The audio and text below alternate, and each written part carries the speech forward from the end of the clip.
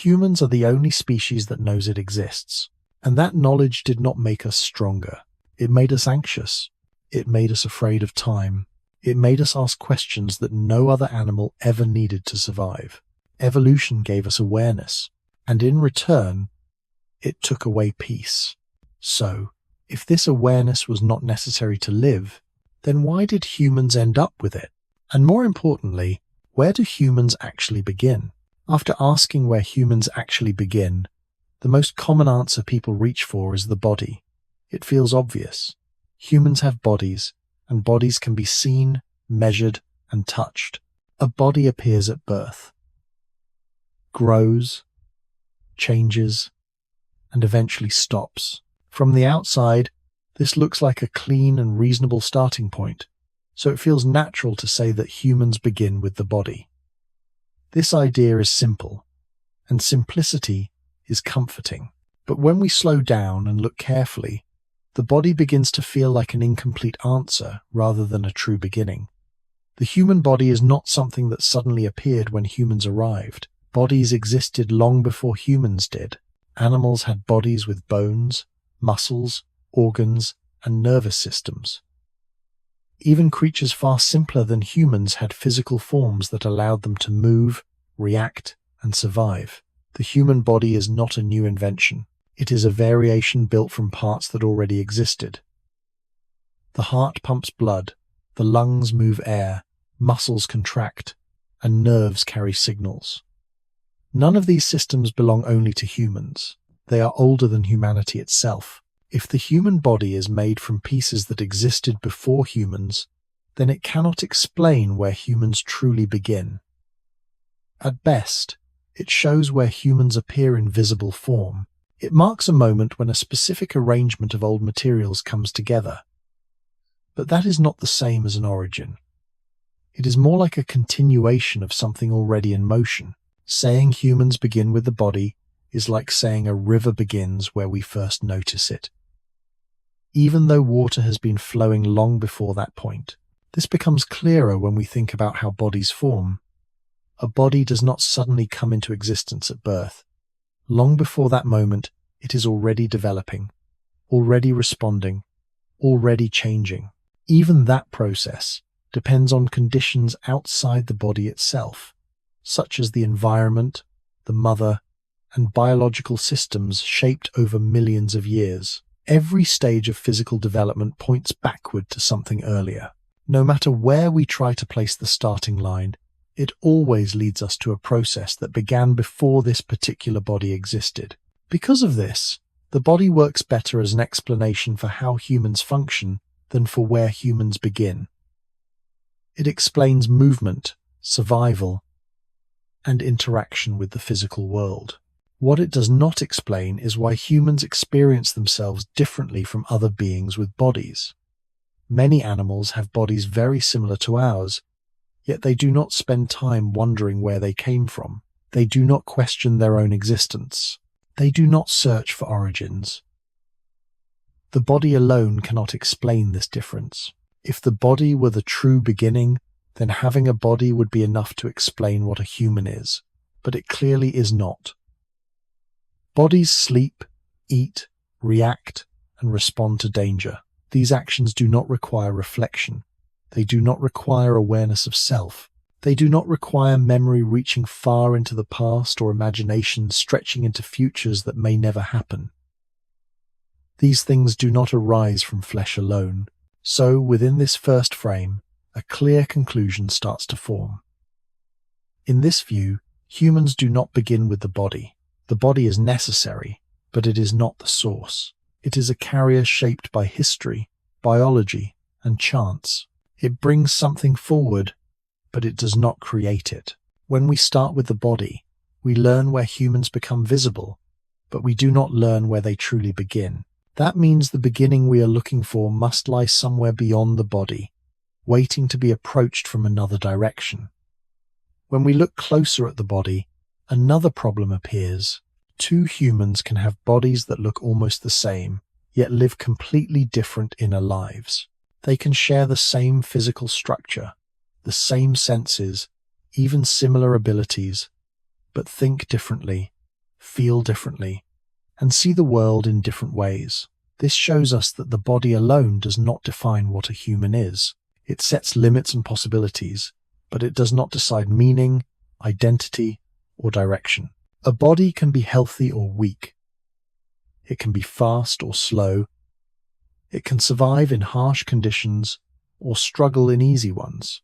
But none of these qualities explain why one person spends their life asking questions, while another never does. None of them explain why humans tell stories about the past, imagine futures that do not exist yet, or worry about things that may never happen. They emerge on top of the body, not from it. If we imagine removing everything except the body, what remains is a biological machine. It reacts to stimuli. It avoids pain. It seeks comfort. This is true for humans and animals alike. The difference appears when humans begin to relate to their own experiences. A body feels pain. A human thinks about pain. A body reacts to danger. A human remembers danger long after it has passed. These differences do not come from the shape of the body. They come from something layered on top of it. This is why the body feels like a surface, not a foundation. It is where human life shows itself, but not where it originates in a meaningful sense. The body carries history inside it, but that history does not belong only to humans. It belongs to life as a whole. Every cell in the human body follows rules that were written long before humans appeared. Every reflex is inherited from creatures that never wondered who they were. The body connects humans to the past, but not specifically to human beginnings. There is also the question of continuity. Bodies change constantly. Cells die and are replaced. Organs adapt. The physical form shifts slowly over time. If the body were the beginning, then the beginning would be constantly changing. Yet humans feel like they remain themselves even as their bodies change. A person does not feel like a different human simply because their body grows older or weaker. This suggests that what we think of as human is not anchored in the body itself. This leads to an important realization. The body answers the question of how humans exist in the world, but not the question of what humans are experiencing while they exist. It explains survival, not awareness. It explains movement, not reflection. And since the question we are asking is where humans actually begin, not merely where they function, the body begins to look like the wrong place to search. So the second layer of this idea becomes clear. Humans do not begin with the body because the body is shared, inherited, and constantly changing. It is a condition, not an origin. It allows human life to happen, but it does not explain why human life feels the way it does from the inside. If we are trying to understand where humans truly begin, then the body can only take us so far. Beyond that point, it stops answering the question and starts pointing us somewhere else, toward whatever turns a living body into a human experience. If we follow this line of thinking to its end, the role of the body becomes much clearer. The body is where human life takes shape, but it is not where human life begins in any deep sense. It is the stage, not the origin of the play. Everything the body does follows rules that existed long before any human ever questioned their own existence. The body breathes because breathing kept earlier creatures alive. It feels pain because pain protected earlier bodies from harm. It seeks comfort because comfort increased survival. None of these functions were created to produce meaning or self-understanding. And yet, humans experience their bodies differently from other living things. We do not just feel hunger, we think about why we eat. We do not just feel pain, we remember it and fear its return. We do not just rest, we wonder how much time we have left. These layers of experience sit on top of the body rather than inside it. They use the body, but they are not explained by it. This is why pointing to the body as the beginning creates confusion. It answers a physical question, but we are asking an existential one. We are not asking when flesh appears. We are asking when a human appears as a being that knows it is alive. If the body were the true beginning, then every creature with a similar body would share the same inner world. But that is not what we observe. Many animals have bodies just as complex as ours, yet they do not build histories, imagine futures, or search for origins. This tells us that the human difference does not start at the level of flesh. The body provides capacity, but it does not provide direction. It makes experience possible, but it does not explain experience itself. In this sense, the body is like an instrument. It allows something to be played, but it does not write the music. When we say humans begin with the body, we confuse appearance with origin. We mistake the visible entry point for the true starting line, and once we see this clearly, the conclusion of this first truth becomes simple and grounded. In this frame, humans do not begin with the body. It carries the human forward, but it does not create what it carries. It connects humans to the long history of life, but it does not explain why humans stand apart within that history. So, if we are honest about what the body can and cannot tell us, we are forced to move on. The search for where humans actually begin cannot stay at the level of physical form. It has to look beyond the body, toward whatever transforms a living structure into a lived human experience. And that shift is what leads us naturally into the next direction of inquiry. The next place people usually turn after the body is the brain, because the brain feels closer to what makes humans human. Thoughts, memories, emotions, decisions, all of them seem to happen there, so it feels natural to say that humans begin with the brain. Unlike the body, the brain appears to explain more than survival. It explains thinking, it explains learning, it explains behavior that looks uniquely human. But when we examine this idea carefully, the brain begins to show the same problem as the body. The human brain did not suddenly appear with humans. Brains existed long before humans did.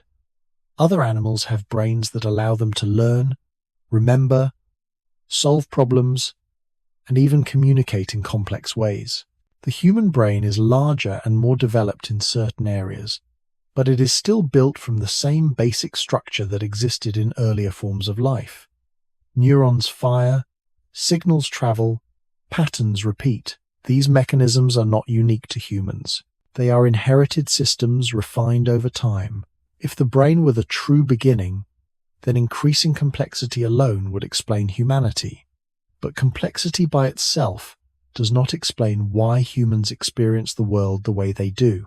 A more complex brain can process more information, but processing information is not the same as asking questions about existence. Many animals make decisions and learn from experience. Yet they do not wonder where they came from or what their lives mean.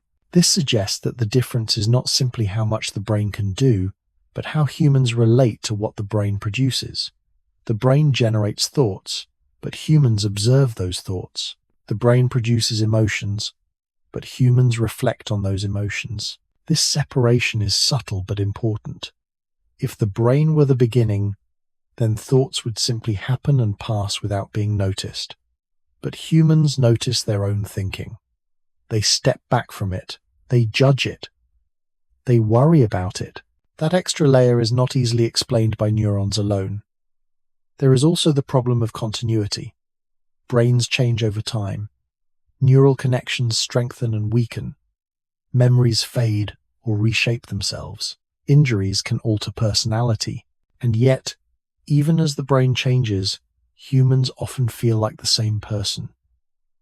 This suggests that whatever we mean by a human beginning is not anchored to a fixed brain state. If it were, identity would disappear every time the brain changed. The brain explains how experiences are carried, but not why humans experience themselves as a continuous self moving through time. So within this second frame, another clear answer begins to form. In this view, humans do not begin with the brain either. The brain is essential, just like the body, but it is still a mechanism, not an origin. It produces the conditions for awareness, but it does not explain why awareness turns inward and asks questions about itself. The brain can generate thoughts, but it does not explain why humans treat those thoughts as something that needs meaning. So just like the body, the brain takes us closer to understanding how humans function, but it still stops short of explaining where humans actually begin, which means the search must move again, away from structure and toward whatever causes humans to step back from their own minds and recognize themselves as something more than just thinking matter. If humans do not begin with the body and do not begin with to the brain, then the next place to look is not another organ, but a change in how life is lived. At some point, humans began to do something unusual. They began to notice themselves, noticing the world. They did not just see objects. They noticed that they were the ones seeing them. They did not just feel fear. They became aware that fear belonged to them. This may sound simple, but it marks a profound shift, because the moment a being can step back and observe its own experience, it is no longer fully inside the flow of life. It becomes slightly separate from it. Animals react to the world directly. Hunger leads to eating. Danger leads to escape. Rest leads to sleep. But humans add another layer on top of reaction. They think about their reactions. They remember them. They compare them. They imagine how they might feel again later.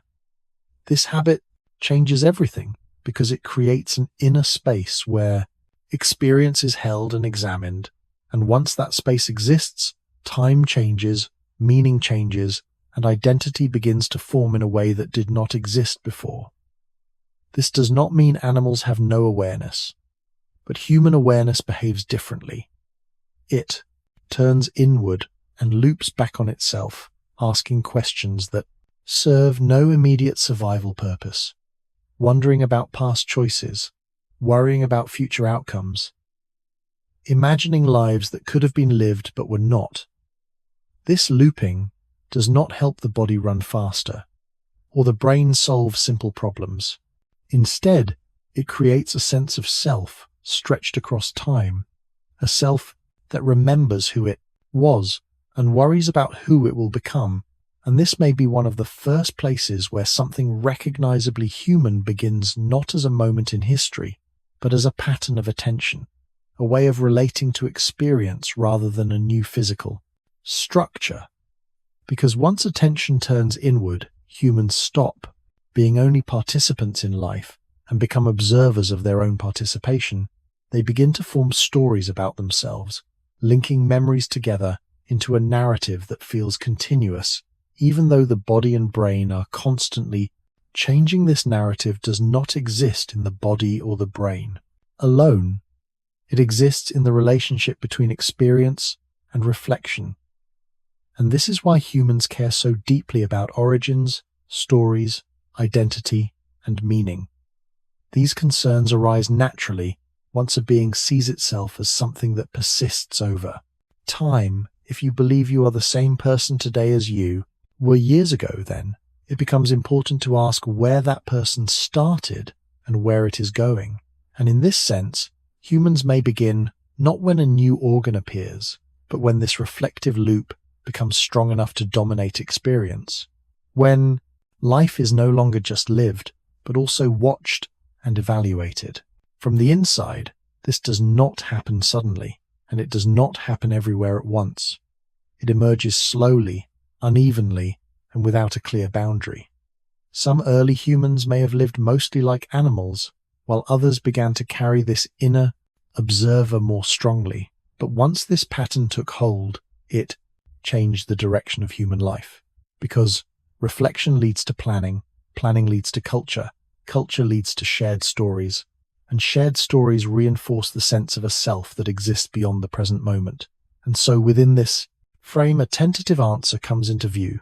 Humans may begin at the point where awareness turns back on itself, creating an inner witness that follows experience through time, not as a sharp beginning, but as a gradual shift in how life is experienced. And this answer does not contradict what came before it, builds on it, because the body provides the vessel, The brain provides the mechanism, but the human difference appears when attention folds inward and begins to ask what all of this means, and that inward turn quietly sets the stage for everything that follows, as it carries humans away from simple reaction and into a world shaped by memory, imagination, and the constant search for a beginning that feels solid enough to explain who they think they are.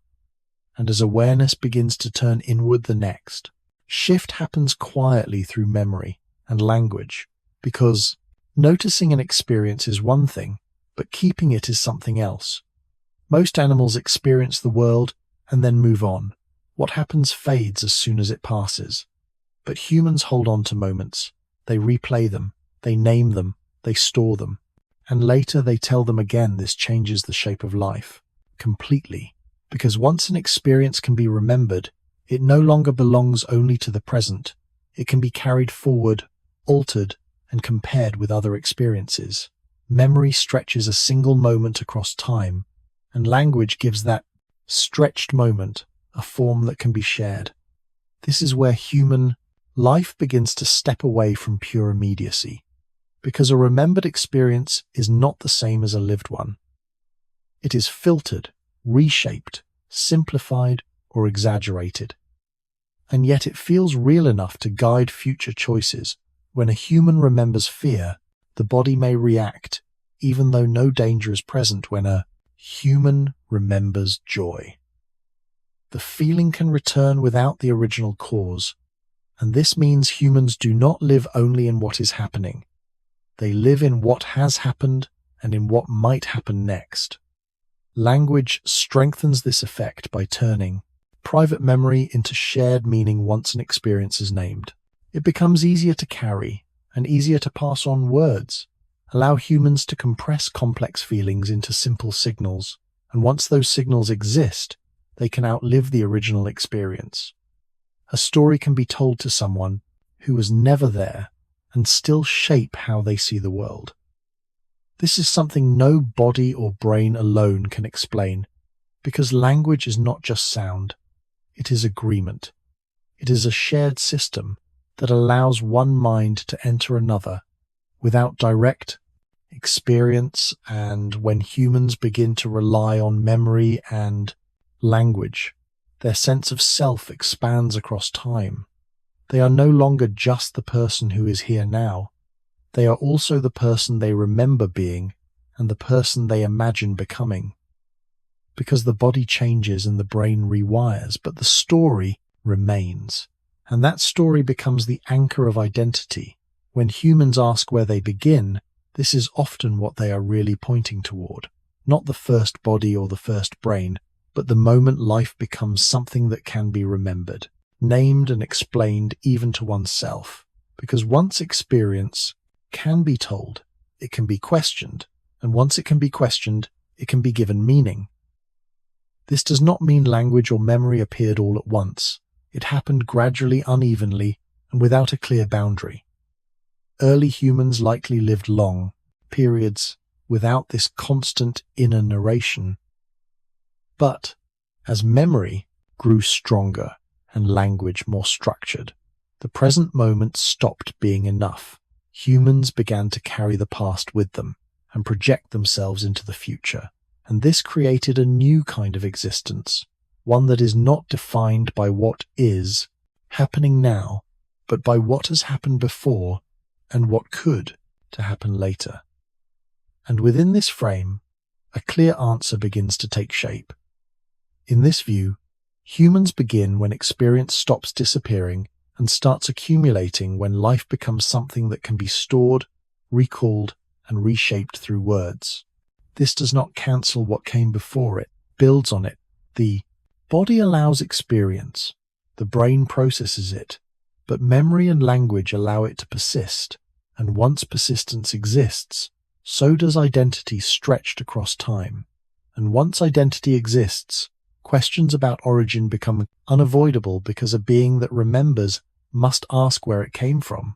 And that is why the search for a beginning becomes so important only after life can be remembered and told, because before that, there is no story to begin and no need to.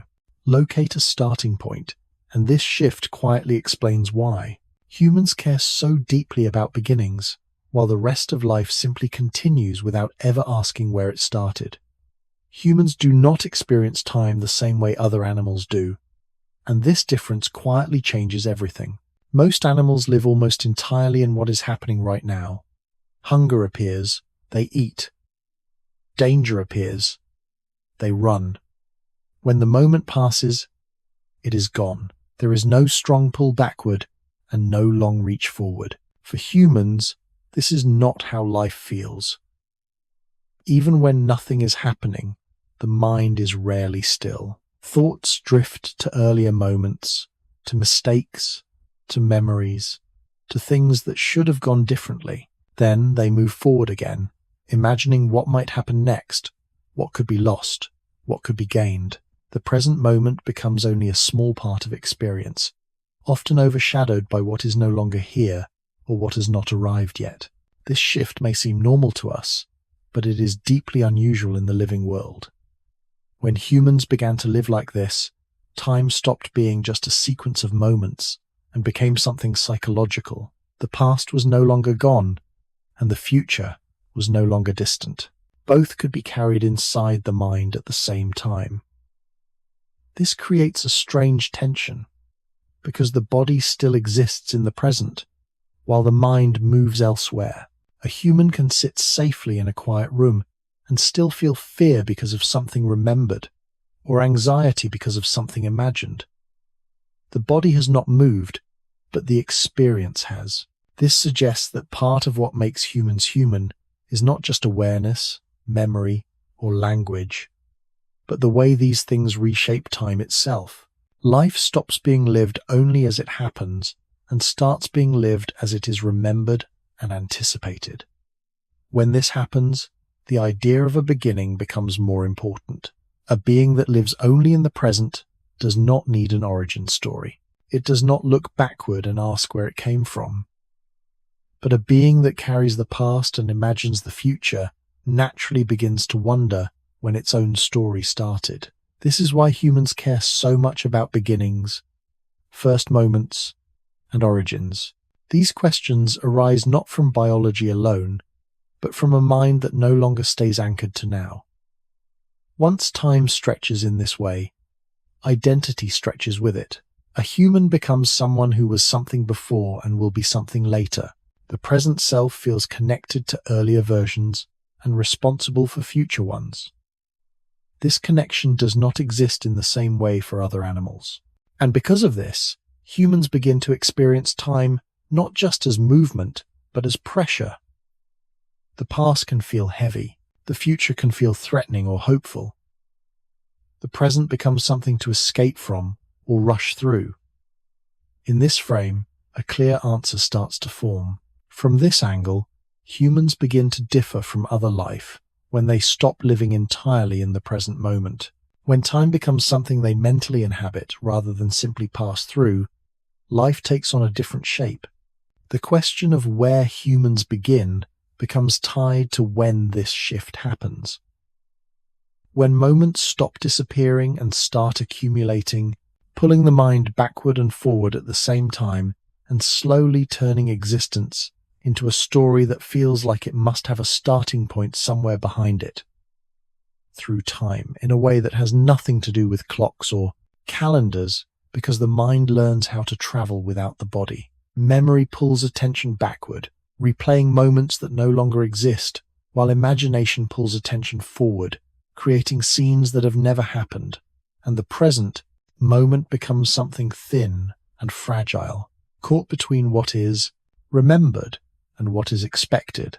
A person can be physically here, yet mentally years away. Reliving a single sentence, a single mistake, or a single loss over and over again as if it were still happening require motion. It happens while the body remains still and safe, and this is what makes it so powerful, because danger no longer needs to be present to be felt, and joy no longer needs to be happening to be missed. Humans carry entire timelines inside themselves, and those timelines constantly overlap. I thought about tomorrow can interrupt today. A memory from childhood can reshape how a moment feels right now. And this creates a kind of inner travel that no other living creature seems to experience. In the same way animals may remember in simple forms, but they do not appear to leave the present moment and wander for long periods through what was or what might be. For humans, this wandering becomes constant, almost automatic. The mind drifts backward and forward even when there is no clear reason. And this changes how life is experienced because actions are no longer guided only by what is happening now, but by what has happened before and what might happen next. Fear becomes stronger because it can be remembered and anticipated. Desire becomes more complex because it can be imagined long before it is satisfied. And loss becomes heavier because it does not fade when the moment ends. This ability to move through time mentally creates continuity, a sense that life is not a series of separate moments but one long line with a past that explains the present and a future that gives it direction. And once this line exists, the question of beginnings becomes unavoidable. Feels incomplete without an origin. So intensely for first moments, first humans, first stories, first causes. These searches are not driven by biology alone. They are driven by a mind that has learned to move beyond now. And once this movement becomes normal, it reshapes identity. A human is no longer just what is happening at this moment, but also what has already happened and what is expected to happen later. Responsibility, guilt, hope, and ambition all depend on this stretching of time because they require a connection between past actions and future outcomes. And this connection exists only for a mind that can travel internally through time and carry those journeys back into the present. So within this frame, another clear answer emerges from this angle. Life is no longer lived only moment by moment, but also remembered and projected. And once this shift takes hold, the present can never fully contain human experience again, because every moment is crowded with echoes from behind and shadows from ahead. And that crowdedness becomes a defining feature of what it means to be human. To live across time rather than inside a single moment. That movement brings a cost, because carrying the past and the future at the same time creates weight. The past no longer disappears. It returns as regret, guilt, or nostalgia, while the future arrives early, as worry, fear, or hope. These feelings do not help the body survive in the present moment. They do not make a human faster or stronger, but they shape behavior anyway. And this is where time turns into a burden rather than a simple flow, because a human can suffer from things that are no longer happening and from things that may never happen at all. This suffering does not require danger. It only requires memory and imagination working together, and once that happens, rest becomes difficult. Even in safety, the mind continues to move backward and forward, replaying scenes, rewriting conversations, preparing for futures that cannot yet be known.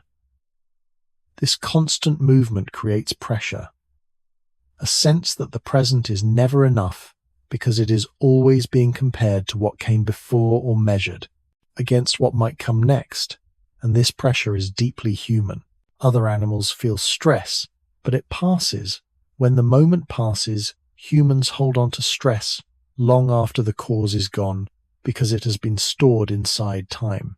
When this happens, life begins to feel like a timeline that must be managed. Mistakes become heavy because they are remembered. Choices become frightening because they shape imagined futures, and existence turns into something that must be justified rather than simply lived. This is why humans ask where they come from and where they are going, because a being stretched across time needs anchors. It needs beginnings to explain how it arrived here and endings to make sense of where it is heading. And within this frame, The answer of this truck becomes clear from this angle. The future can threaten or promise when life is no longer just happening, but is being evaluated across an invisible timeline. And this does not mean that time itself changed. It means that the human relationship to time changed, and that change transformed experience into something heavier, more complex, and more meaningful at the same time. And once this burden appears, it never fully leaves, because as long as humans remember and imagine, they will continue to live outside the present moment, pulled backward and forward by time that exists only in the mind. And this explains why the question of beginnings becomes so important only for humans, because only a being that carries time as a mental load needs to know where the story started in order to understand why it feels so heavy now. And once humans begin to carry time as a mental weight, another realization quietly follows the awareness that this timeline does not stretch forever. At some point, humans notice something that most other living creatures do not. They notice that their life will end.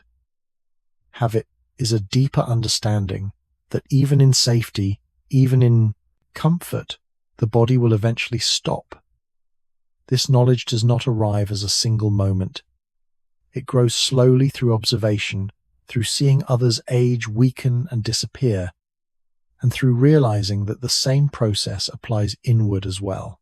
This awareness changes how everything feels, because once a human knows that life has an ending, every moment gains a different meaning. Actions are no longer just reactions, they become choices that take place under a deadline, even when that deadline is not visible. And this is where fear takes a new form, not fear of immediate harm, but fear of eventual disappearance. A fear that cannot be escaped by running or hiding, because it is not attached to a specific threat. It is attached to time itself. Depends on the future that has already been imagined. This kind of fear reshapes behavior. People plan, they prepare, they seek security, they look for ways to last longer, to be remembered, or to matter beyond their own lifetime. None of this is required for survival in the moment, but all of it makes sense once a being understands that it will not always be here. This is why humans care so deeply about legacy, about children, about stories, about names carved into stone. These are not just cultural habits, they are responses to the deeply for awareness of an ending, and when this awareness takes hold, the question of beginnings becomes even more urgent, because if life ends, then knowing where it started feels like a way to frame its meaning. A story with an ending feels incomplete, without a beginning to balance it, and so humans look backward not only out of curiosity but out of need, trying to understand what kind of thing they are, if it is the kind of thing that must eventually disappear. This does not mean that early humans suddenly feared death in the way modern humans do, but as awareness deepened and memory and imagination strengthened, the idea of an ending became harder to ignore. The mind could now picture a future without itself, and that picture carries weight once it exists. It does not go away. It lingers beneath daily life, shaping priorities, anxieties, and values. And this marks another shift in what it means to be human. From this angle, living as if life simply continues, and start living with the quiet knowledge that it does not, and that knowledge becomes a constant background presence, influencing how time is felt, how choices are made, and why questions about origin and purpose begin to matter so deeply. And once humans become aware that life will end, the next impulse often appears quietly, the desire not to disappear completely. This desire does not always show itself as fear. Sometimes it shows itself as effort, as creation, as attachment. Humans begin to look for ways to extend themselves beyond the limits of their own bodies. And this is where the need to leave something behind takes shape. Having children becomes more than reproduction.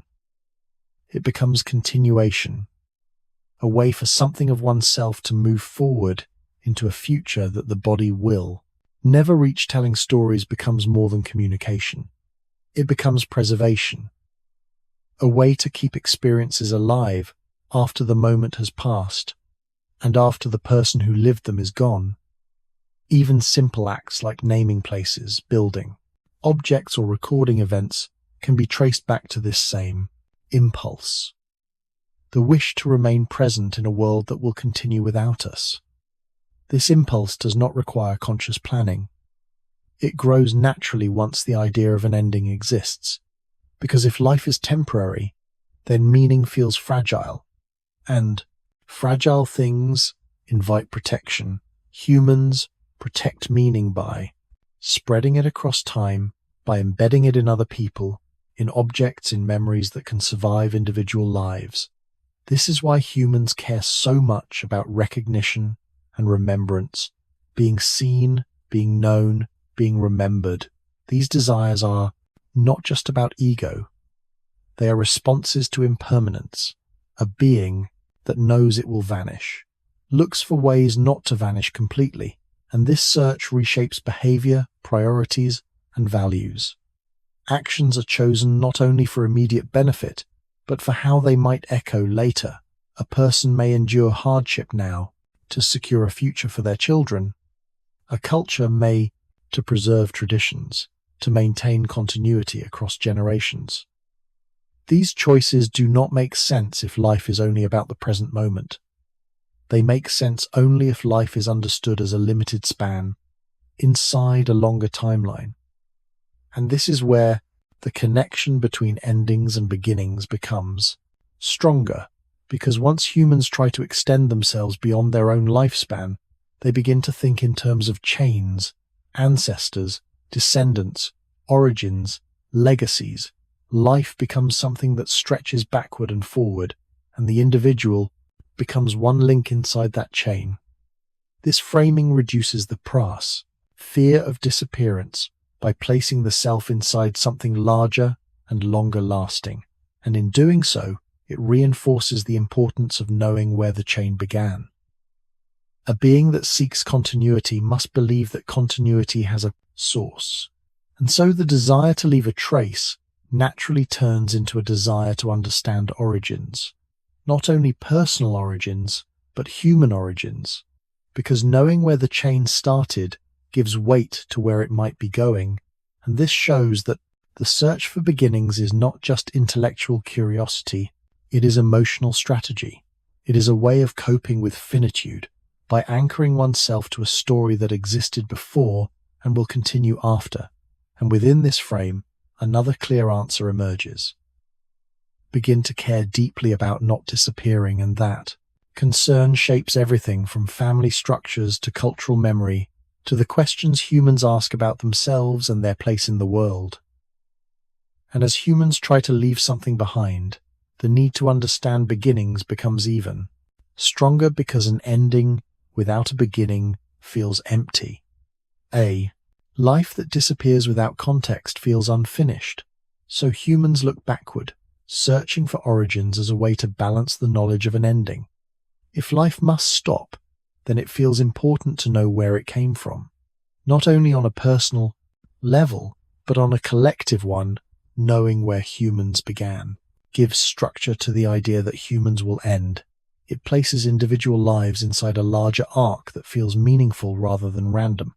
This is why stories of origin appear in every culture, not because they are all accurate, but because they all serve the same psychological need they give shape to: existence, by framing it between a start and a finish. And when humans accept that they will die, the question of beginnings becomes a way to stabilize identity. A person who knows where they come from feels less like a brief accident and more like part of a longer process, stretching across generations. This does not remove the fear of death, but it softens it by placing the self inside something that existed before and will continue after. And this explains why humans often link origins to meaning. A life that begins somewhere specific feels easier to justify than one that simply appears inside an endless flow. And so the search for human beginnings becomes a response to mortality rather than a purely scientific problem. deeper concern: what kind of thing am I if I must disappear? And what kind of story am I part of? If my life has an ending, this does not mean humans invented beginnings to avoid truth, without some sense of where it started. And within this frame, the answer of this truck becomes clear. From this angle, humans begin to care about origins. When they become aware of endings, the need to locate a starting point arises not at the dawn of biology, but at the moment when mortality becomes conscious. And once that awareness exists, the search for beginnings never truly stops, because it serves as a counterweight to the knowledge that life is finite and fragile. Questions that no other species seems compelled to ask. And as humans live with awareness of time and death, another shift quietly reshapes identity. The moment the self is no longer experienced as something isolated, but as something seen through others. Humans do not discover who they are. Alone, they discover it by comparison, by reflection, and by position within. A group from very early on, a person learns who they are, not only through their own body or thoughts, but through how they are treated, named, valued, or ignored by those around them. Relationship rather than existence alone, animals live among others, but they do not appear to measure themselves against them in the same way humans do. Humans look sideways, constantly noticing differences in strength, ability, status, success, and belonging, and these comparisons slowly form an inner map of identity. A human becomes someone not just because they exist, but because they occupy a place among others. This place can feel stable or uncertain, high or low, accepted or excluded, and each of these positions shapes how a person experiences life. When identity depends on comparison, the question of beginning changes again, because the self is no longer something that starts inside the body or mind. It starts to emerge between people. A child learns who they are by seeing how they are responded to, praised, corrected, or overlooked, and this feedback becomes part of their sense of self long before they can name it. In this way, the self is not born fully formed, it is shaped through interaction, and once this happens, humans begin to measure their lives against social standards rather than biological ones. Worth is no longer only about survival, it becomes about recognition, approval, and belonging. And this creates a new pressure. Because social identity is unstable, it can change quickly depending on context, group, or status. A person may feel important in one setting and invisible in another. And this instability deepens the need to understand where one belongs and where one comes from, because belonging feels stronger when it is rooted in something larger than the present moment. Family, lineage, culture, shared history. These provide a sense of placement that individual interaction cannot always guarantee. And so within this frame, a new answer starts to form. From this angle, humans begin to experience themselves when identity becomes relational, when the self is defined not only by being alive, but by being seen, compared, and positioned among others. And this marks a shift from existing as an individual organism to existing as a social being whose sense of self depends on connection, separation, and constant comparison inside a group. Once identity becomes shaped by others, comparison slowly turns into the main way humans understand their own value. A person no longer asks only what they can do, but where they stand. Attention becomes a signal. Praise becomes proof. Humans begin to notice who is admired, who is ignored, who is followed, and who is left behind. And these observations quietly reshape how they feel about themselves. Worth stops feeling like something natural and starts feeling like something measured. A human can feel confident not because they are capable, but because they are recognized, and feel inadequate not because they have failed, but because they have been placed lower in the social order. This creates a fragile sense of self because social positions are never stable. What gives value in one group may mean nothing in another. A person can move through the same day feeling important in one moment and insignificant in the next without changing anything about who they are. This instability keeps the mind alert, constantly scanning for signs of approval or rejection, trying to locate itself again and again.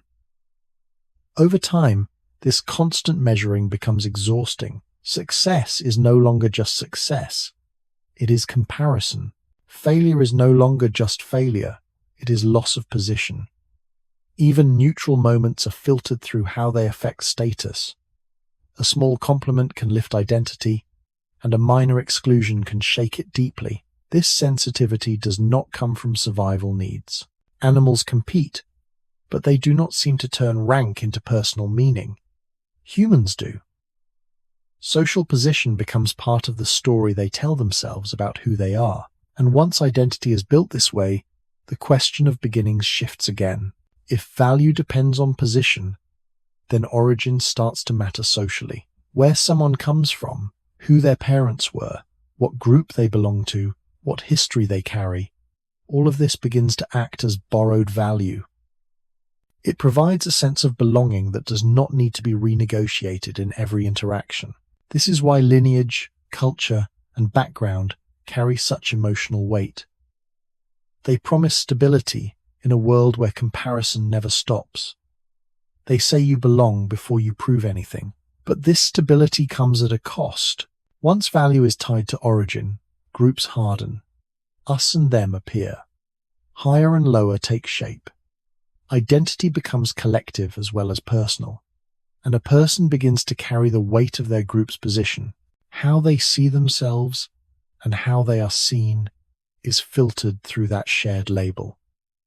Within this frame, another answer becomes clear. From this angle, humans begin to experience identity as something that must be measured, ranked, and defended. The idea of where someone comes from moves out of the body and the mind and into social space.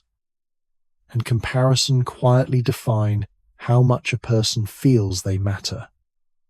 The sense of self slowly drifts away from anything internal and starts to depend on structures that existed before the individual ever appeared.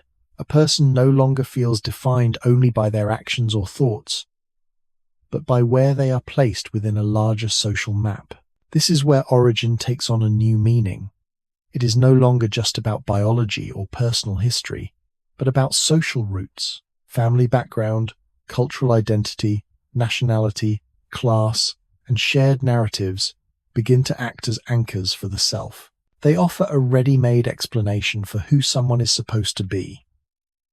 In a world where value is constantly measured and remeasured, these origins provide stability. They suggest that worth existed before comparison began. A person can feel grounded by saying where they come from, even if they are unsure of who they are becoming. But this grounding also limits movement. When identity is tied too tightly to social origin, it becomes harder to step outside assigned roles.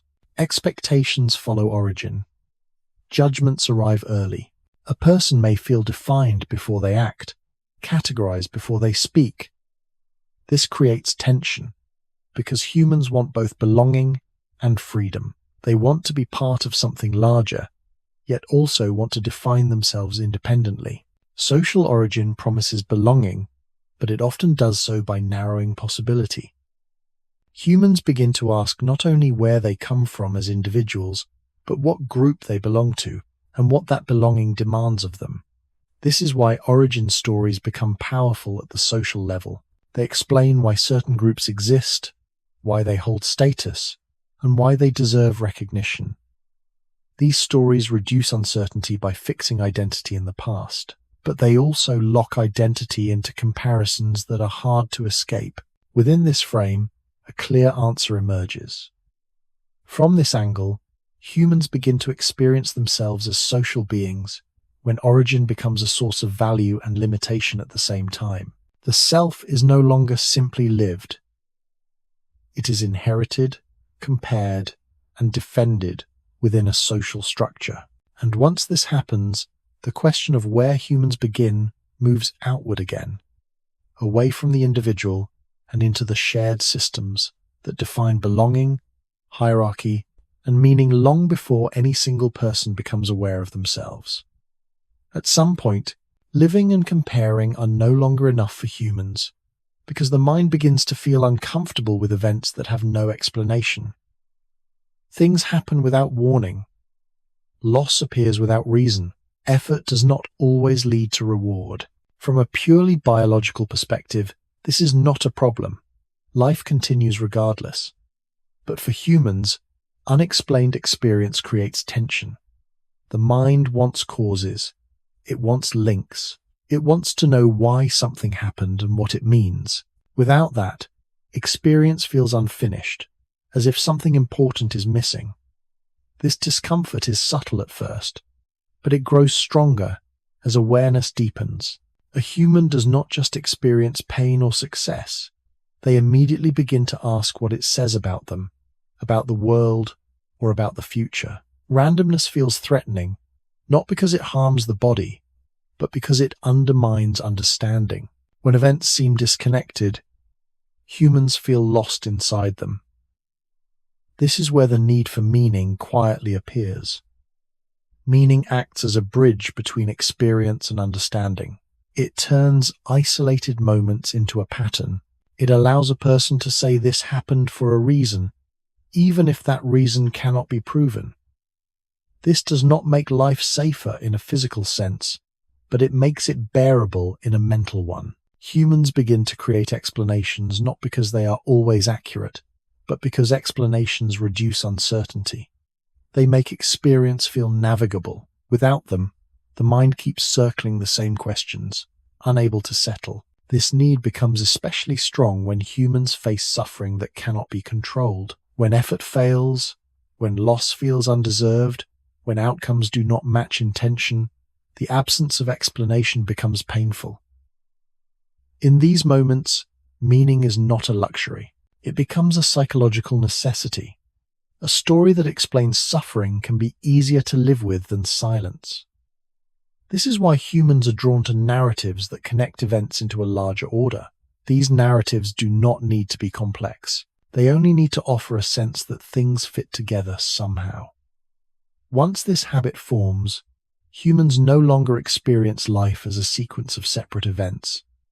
They experience it as something that should make sense, and when sense is missing, the mind feels compelled to search for it.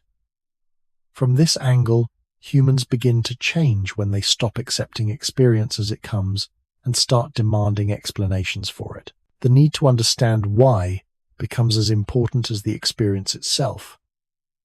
And this demand quietly pushes the mind backward, searching for causes, patterns, and eventually origins that can make the present feel coherent rather than random.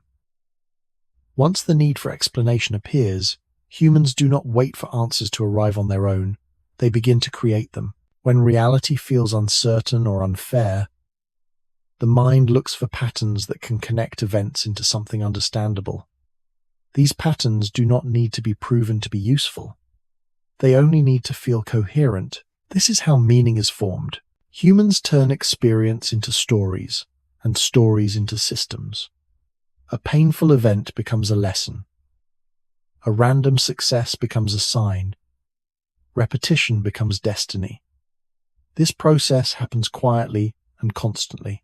People explain their own lives this way, and societies do the same on a larger scale. Shared explanations become beliefs, traditions, and worldviews. They offer stability in a world that otherwise feels unpredictable. Without these structures, experience would feel fragmented, as if nothing belonged together. Meaning smooths the edges. It tells the mind that events are connected, that there is a reason behind what happens, even if that reason cannot be fully known. This does not remove suffering, but it gives suffering a place. A hardship that fits into a story feels easier to carry than one that stands alone. This is why humans often prefer an uncomfortable explanation to no explanation at all. Silence leaves experience open, and open experience creates anxiety. A story closes the gap. It allows the mind to rest. Over time, these explanations become habits of thought. Humans stop asking whether a story is true and start asking whether it makes sense. Sense becomes more important than accuracy.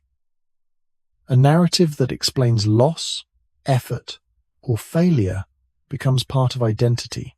A person may say this happened to make me stronger, or this was meant to teach me something. These statements do not describe reality in a scientific way, but they organize experience in a way the mind can live with. On a collective level, the same process happens. Societies explain their struggles through shared meanings. Decline becomes punishment or test. These explanations reduce uncertainty by placing events inside a larger order. Once this habit is established, humans begin to rely on meaning not just to explain the past, but to guide the future. Choices are made based on what fits the story. Actions feel right or wrong depending on how they align with the meaning a person or group has accepted. This creates direction. Life feels less random, but it also narrows perception. When meaning is fixed too tightly, new experiences are forced to fit old explanations. Contradictions are ignored. Complexity is simplified. Still, the need for meaning persists, because without it, the mind returns to uncertainty. And uncertainty is uncomfortable. This is why humans keep building layers of explanation, even when earlier ones stop working. It only changes form. Within this frame, another answer becomes clear. From this angle, humans begin to differ from other life when they stop enduring experience silently and start organizing it into explanations. The creation of meaning is not a luxury added after survival. It becomes a core function of the human mind. It allows humans to live with loss, effort, and unpredictability by placing them inside a narrative that feels intentional rather than chaotic. And once meaning becomes central to experience, the question of where meaning itself comes from inevitably follows, pushing the human mind further backward in search of deeper explanations that can support all the others at once. A final tension quietly appears because meanings themselves begin to feel unstable. One explanation works for a while, then life changes and it no longer fits. A belief that once brought comfort starts to feel thin. A story that once made sense begins to crack under new experience. When this happens, the mind does not abandon meaning altogether. It looks for a deeper one. Humans begin to search beneath surface explanations, asking where all meanings come from in the first place. This is the moment when questions stop being about single events and turn toward origins. Instead of asking why did this happen, humans begin to ask why anything happens at all. This shift happens because the mind wants a foundation that cannot easily collapse. If every meaning depends on another meaning, then nothing feels solid. Origins promise solidity.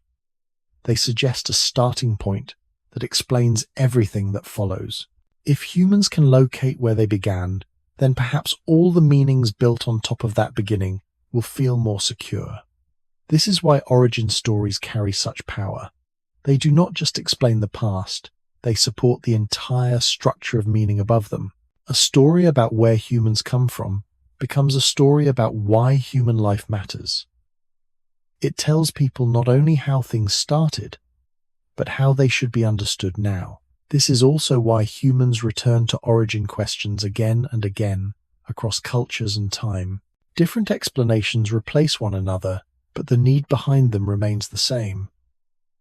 The mind wants a deepest reason, something that does not need further explanation. Whether that reason is described as nature, design, chance, or purpose matters less than the role it plays. It anchors meaning. It stops the endless questioning, at least temporarily. From this angle, the question of where humans actually begin is not simply about biology or history. It is about stability.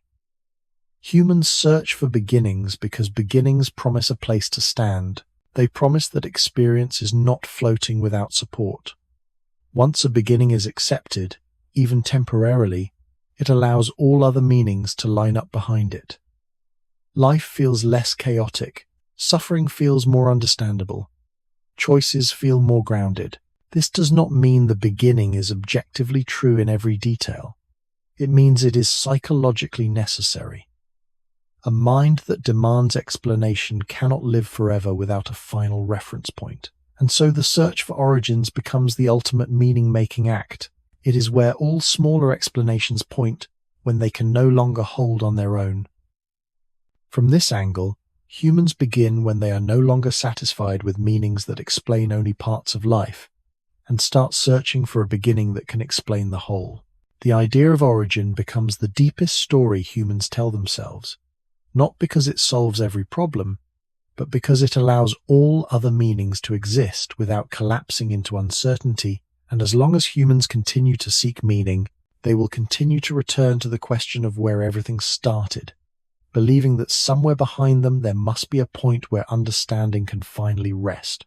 At a certain point, explanation alone is no longer enough for the human mind, because explanations can always be questioned and revised. Meaning can shift. Stories can break. When this happens too often, experience begins to feel unstable again. This is where the need for something deeper quietly appears. The need to believe that beneath all uncertainty there is some kind of order holding everything together. Humans begin to feel uncomfortable with the idea that the world is entirely chaotic, that events happen without structure, direction, or consistency. Even if life feels unpredictable on the surface, the mind wants to assume that something underneath remains steady. This assumption does not come from evidence alone. It comes from psychological necessity. A world with no underlying order is difficult to live in because it offers no ground on which expectations can stand. When humans begin to believe that reality follows patterns, rules, or principles, experience becomes easier to navigate. Actions feel less random. Outcomes feel less arbitrary. This belief does not need to be precise. It only needs to exist. Some people describe this order as nature, others as fate, design, balance, or law. The names differ, but the function is the same. They provide a sense that the world is not simply falling forward moment by moment without direction. Once this belief takes hold, humans start interpreting events through it. A coincidence becomes meaningful. A repeated outcome becomes a rule. A sequence becomes a pattern. This does not mean the pattern is always real in an objective sense, but it feels real enough to guide behavior. People plan their lives around what they believe the world allows or forbids. They make choices based on what they think will work within this assumed structure. In this way, belief in order becomes practical. It shapes decisions long before it is questioned intellectually. This marks another shift in what it means to be human. Life is no longer just something that happens or something that is explained after the fact. It becomes something that is expected to follow a certain shape. When expectations are met, the belief in order strengthens. When they are broken, the mind searches for a higher or hidden order to explain the disruption. Very rarely does it accept that there may be none. This shows that the belief itself is more important than its accuracy. Humans need to feel that reality is organized, because organization reduces anxiety. It allows the future to be imagined without constant fear. It allows effort to feel worthwhile. It allows suffering to feel temporary rather than meaningless. Why act, plan, or endure if nothing connects action to outcome? So belief becomes a quiet foundation beneath daily life. People may disagree about what kind of order exists, but very few are comfortable believing that none exists at all. This belief also changes how humans think about beginnings. If the world has order now, then it must have come from somewhere. Order implies structure, and structure implies an origin. Humans begin to assume that things did not always look the way they do, but that they were arranged into this form. The idea of a beginning becomes tied to the idea of order. To know where humans begin starts to feel similar to knowing where the order of the world begins. This does not require religion or philosophy. It appears naturally whenever the mind tries to stabilize reality. In this frame, humans begin to live not just inside experience, meaning, or society, but inside an assumed structure that holds everything together. And once that assumption is in place, the question of origin shifts again. It is no longer just about humans as individuals or groups. It becomes about the beginning of the order they believe they are part of. Because understanding that beginning promises to explain not only where humans came from, but why the world feels structured enough to live in at all. Belief in order does not stay abstract for long, because humans quickly learn how to protect and reinforce it in daily life. Once a person assumes that the world follows some kind of structure, they begin to look for confirmation everywhere. Patterns are remembered, while contradictions are softened or explained away. When something works, it is taken as proof that the order is real. When something fails, it is treated as an exception, a misunderstanding, or part of a larger plan not yet visible. This selective attention is not a flaw, it is a function. It allows belief to survive contact with a messy reality. Over time, this belief becomes embedded in routine. People repeat actions that seem to align with how they think the world works. Habits form, expectations settle, a sense of predictability grows, even if the world itself remains unpredictable. The belief in order becomes quieter, less questioned, because it no longer feels like an idea. It feels like the way things are. This is why humans rarely wake up each day doubting whether reality will behave at all. They assume continuity. They assume rules. They assume tomorrow will resemble today enough to make planning possible. This assumption shapes behavior far more than conscious reasoning. A person may say they do not believe in destiny or fate, yet still act as if effort should lead to results and choices should matter. These assumptions only make sense if some form of order is believed to exist. Humans also protect this belief socially. Shared explanations are repeated, taught, and normalized. Children learn what is supposed to make sense before they learn how to question it. Cultural stories reinforce the idea that the world rewards certain actions and punishes others. Even when reality contradicts these stories, the stories often remain intact because they provide structure. Without them, experience would feel unstable again. This is why humans resist explanations that suggest randomness or meaninglessness. Such ideas do not just challenge beliefs, they threaten psychological balance. Order allows people to tolerate uncertainty by believing it exists within limits. It creates a sense of control, even when control is partial or illusory. When belief in order is strong, people feel grounded. When it weakens, anxiety rises. This reaction reveals how deeply belief functions beneath conscious thought. It is not something humans hold lightly. It supports motivation, patience, and endurance. A person who believes the world has structure can wait, work, and suffer longer than someone who believes nothing connects action to outcome. This is why belief in order often becomes more rigid during times of crisis.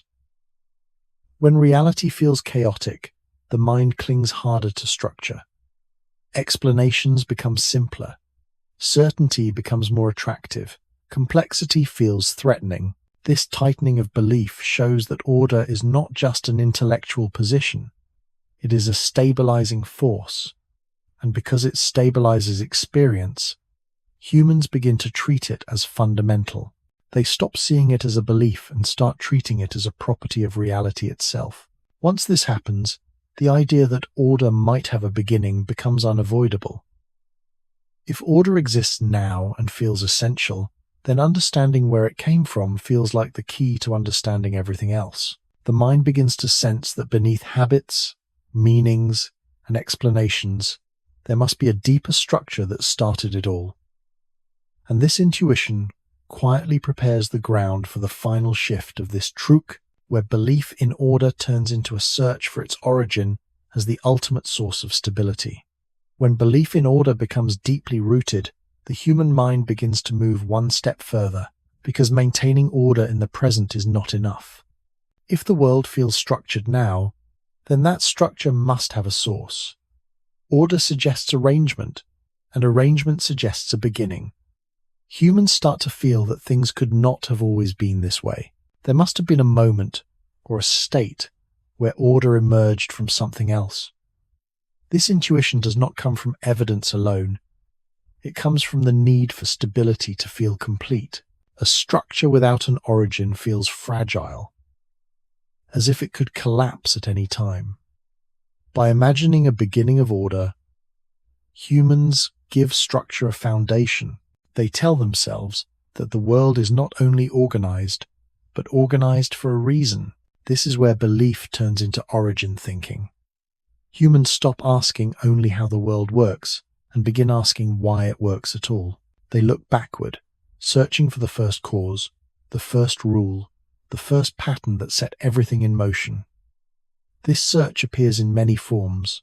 Some imagine a natural order that unfolded step by step. Others imagine a deliberate design. Others imagine an initial balance, or a starting chaos that resolved into structure. The explanations differ, but they all serve the same function. They locate a point where order began, so that everything after it feels grounded. Once this idea takes hold, the question of where humans begin becomes inseparable from the question of where order begins. Humans see themselves as part of this structure. If the structure has a starting point, then humans, as elements within it, must also have one. The search for human origins becomes a smaller version of the search for cosmic order. It promises to explain not only where humans came from, but why the world feels predictable enough to live in.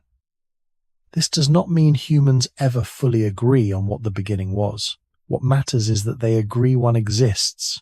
The belief that order has an origin allows humans to trust the present and imagine the future without constant fear of collapse. It stabilizes meaning, supports explanation, and reinforces identity. From this angle, the answer of this truk becomes clear. Humans begin to think in terms of origins when belief in order becomes essential to their psychological survival. The idea of a beginning is not just about the past. It is about protecting the present from uncertainty. By believing that order started somewhere, humans give themselves permission to believe that order will continue, and that belief quietly holds their entire experience together. Over time, something quieter than belief begins to shape human life. Not a single idea or realization, but repetition. Days begin to resemble one another. Morning follows night.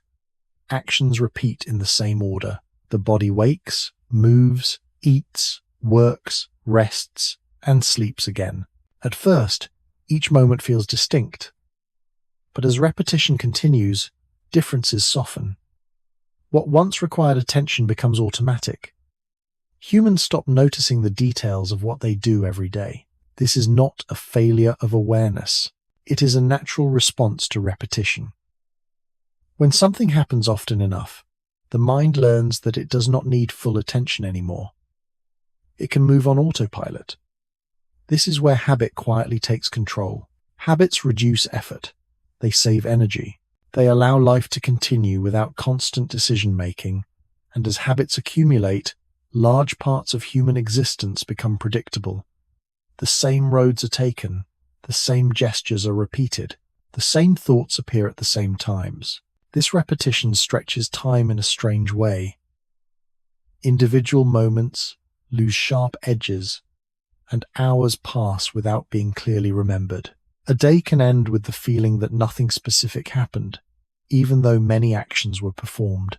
This is because memory does not store repetition well. It stores change. When life becomes repetitive, fewer moments stand out. Time feels faster in retrospect. even though it is experienced slowly while it happens. This creates a paradox. The more routine life becomes, the less it feels like it has clear beginnings or endings. Days blur together, weeks blend, years feel compressed when looked back on. Humans begin to experience life as a continuous flow rather than a series of distinct events. In this state, the question of beginnings changes again. Instead of asking when something started, humans begin to feel as if they have always been inside the same pattern. Habit creates the illusion of permanence. It makes the present feel endless, even though it is built from repetition rather than stability. This is why routines can feel comforting. They create a sense of order without requiring belief or explanation. Life simply continues in the same shape. But this comfort comes with a cost. When awareness fades, existence becomes quieter, but also less vivid. Humans can live long stretches of life without feeling strongly present in any particular moment. They function, but they do not always notice themselves functioning. This does not feel like a loss while it is happening. It feels normal. Only later, when looking back, does the absence become visible. People realize that years have passed without clear memories to mark them. Habit has carried them forward without asking for attention. And in this state, the idea of a beginning becomes even more distant. When life is repetitive, it does not feel like it is moving toward or away from anything. It feels like it is simply ongoing. This is why humans often say that time seems to disappear inside routine. It is not that time stops. It is that awareness thins out. In this frame, something important begins to appear. Humans do not always experience themselves as starting, choosing, or becoming. Much of life is lived inside repetition, where identity feels stable because nothing is questioned. This stability can last a long time. It can carry people through decades, and while it does, the question of where humans begin remains quiet, almost irrelevant, because beginnings matter less when nothing feels like it is changing. Only when repetition breaks does the question return. But before that break happens, habit creates a different kind of origin. Not a moment in the past, but a pattern that feels like it has always been there, silently shaping existence without ever announcing when it started. Something subtle happens to awareness itself. The mind begins to step back. It no longer needs to watch every action closely because the outcome is already known. Hands move without instruction. The body follows familiar sequences. Thoughts drift while tasks complete themselves. This withdrawal of attention is not laziness. It is efficiency. Conscious focus is expensive, and habit allows humans to conserve it. Over time, more and more of life is handed over to this automatic layer. Entire days can pass with minimal conscious engagement, not because nothing happened, but because nothing required deliberate choice. This creates a strange split in experience. Life continues, but the sense of actively living weakens. A person may function well, meet responsibilities, and maintain routines, yet feel oddly distant from their own days. This distance is not immediately uncomfortable. In fact, it can feel soothing. When awareness pulls back, effort decreases, worry quiets, decisions shrink. The present becomes easier to inhabit precisely because it is not being examined. Habit acts like a soft current carrying the body forward while the mind rests. But this rest comes with a trade-off. When awareness is reduced, memory thins. Experiences that are not fully noticed are not fully stored. Later, when looking back, large stretches of life appear empty. Not because nothing happened, but because little was consciously registered. This is why people often feel surprised by how much time has passed. Years feel short in retrospect, even if they felt long while being lived. Habit stretches the present but compresses the past. And within this compression, identity quietly stabilizes. When nothing challenges routine, the self feels consistent. There is no need to redefine who one is, because the same actions keep repeating. This stability can last for a long time. It can create the sense that life has a steady center, even when that center is built on automatic behavior rather than reflection. In this state, beginnings lose importance. If today feels like yesterday and tomorrow will feel the same, then asking where things started seems unnecessary. Life feels ongoing rather than directional. Humans begin to experience themselves less as agents who initiate change and more as participants inside a pattern that carries them along. This is why routine can dull existential questions. The mind does not ask where it came from when it feels securely embedded in repetition. It simply continues. But this continuation is fragile. It depends on repetition remaining intact. As long as the pattern holds, awareness stays quiet. As long as awareness stays quiet, time feels smooth. And as long as time feels smooth, the question of beginnings remains distant, waiting for a disruption that will force consciousness to return and notice where it is and how it got there. Eventually, repetition breaks, because no pattern lasts forever. A routine is interrupted, a loss occurs, a change appears without warning. When this happens, awareness rushes back in. Actions that once happened automatically now demand attention. The mind looks around and suddenly notices itself again. This return of consciousness can feel unsettling because it exposes how much of life has been carried forward without being noticed.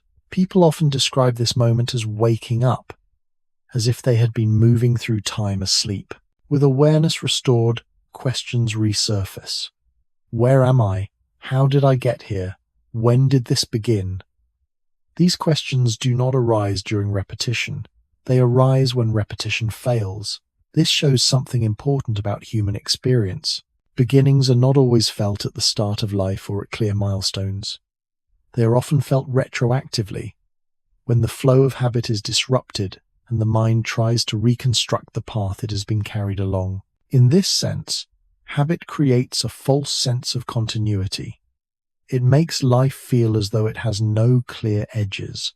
But once the pattern breaks, those edges reappear, and the mind searches for a point of origin to reorient itself.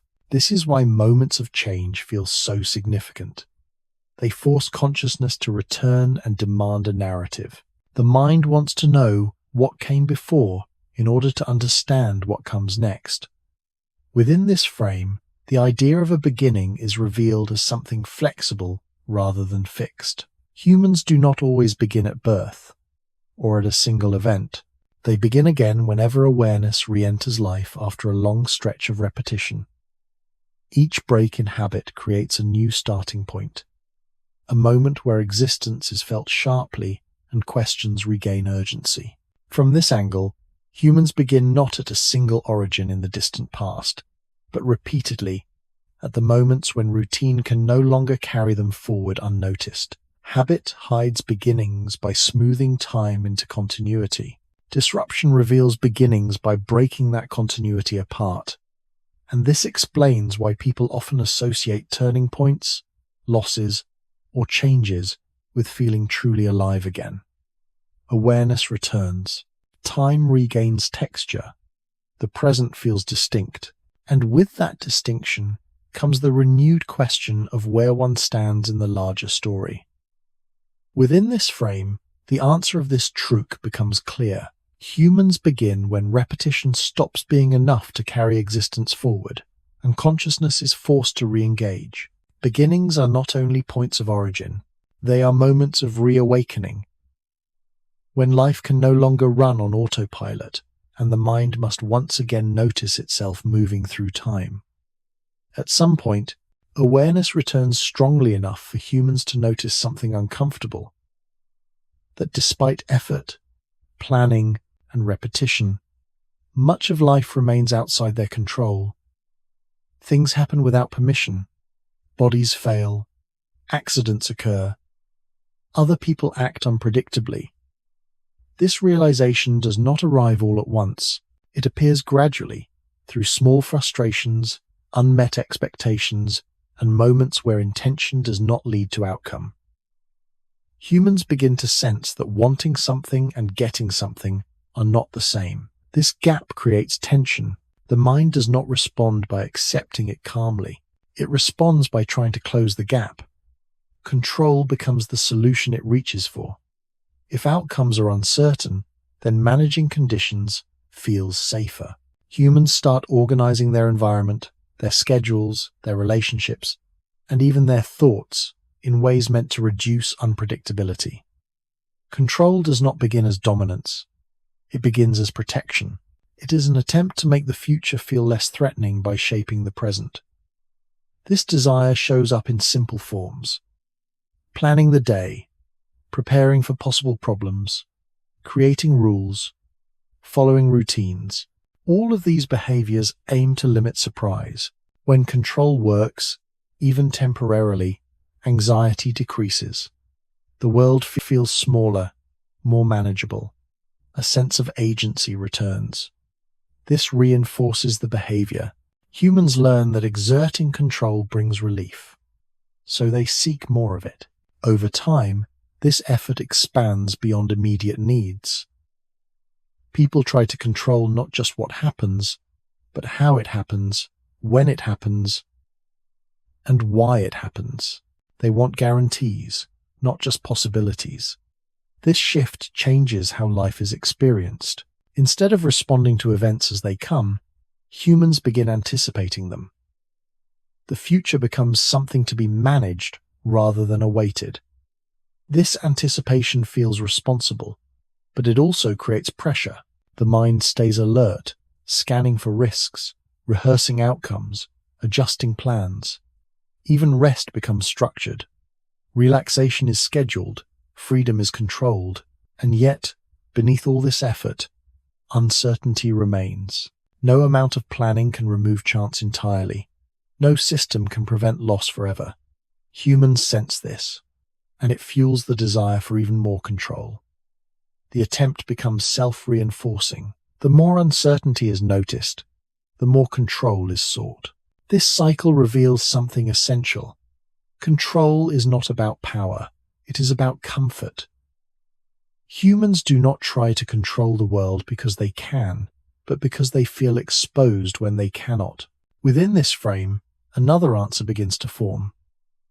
From this angle, humans begin to change when they stop accepting unpredictability as part of existence and start actively trying to manage it.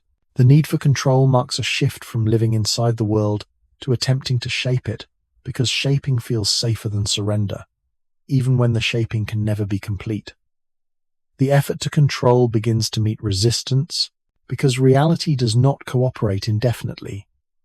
Plans fail despite preparation. Systems break despite maintenance. People do not respond as expected. The body ages, no matter how carefully it is managed. These moments are small at first, easy to explain away as exceptions, but as they accumulate, a pattern becomes harder to ignore. Humans begin to sense that control has limits. No matter how much effort is applied, some outcomes remain unreachable. This realization produces a specific kind of discomfort, different from fear or anxiety. It is the feeling of helplessness, the awareness that intention alone is not enough. This feeling threatens the sense of agency that control was meant to protect. When control weakens, identity shakes, because humans often define themselves by what they can manage. A person who believes they are capable feels stable. When that belief is challenged, uncertainty returns. The mind responds in predictable ways. Some people tighten control even further, adding rules, restrictions, and monitoring in an attempt to seal every gap. Others withdraw, lowering expectations to avoid disappointment. Both responses come from the same source: the refusal to fully accept unpredictability. But neither resolves the tension. Excessive control increases exhaustion. Withdrawal increases emptiness. In both cases, The world continues to behave on its own terms. This exposes a hard truth. Control can influence outcomes, but it cannot command them. Humans can shape conditions, but they cannot guarantee results. This gap between influence and certainty becomes more visible with age and experience. Children often believe effort always leads to reward. Adults learn that this is not reliably true. Loss can occur without mistake. Failure can arrive without negligence. This knowledge does not sit comfortably in the mind. It creates a lingering sense of vulnerability. When this awareness settles in, humans begin to feel smaller in relation to the world. Not insignificant, but limited. This limitation is not physical alone. It is existential. It reveals that no amount of intelligence, planning, or discipline can fully protect against chance, decay, or the actions of others. In response, the mind searches for new ways to cope. If control cannot be total, perhaps it can be redirected. Humans begin to distinguish between what they can influence and what they cannot. This distinction brings some relief, but it also confirms helplessness in certain areas. Accepting limits reduces exhaustion, but it does not remove discomfort. There remains a quiet frustration, the sense that something essential is missing. This is because control was never just about managing events. It was about securing meaning. When outcomes feel unpredictable, actions feel less justified. Effort feels risky. Commitment feels dangerous.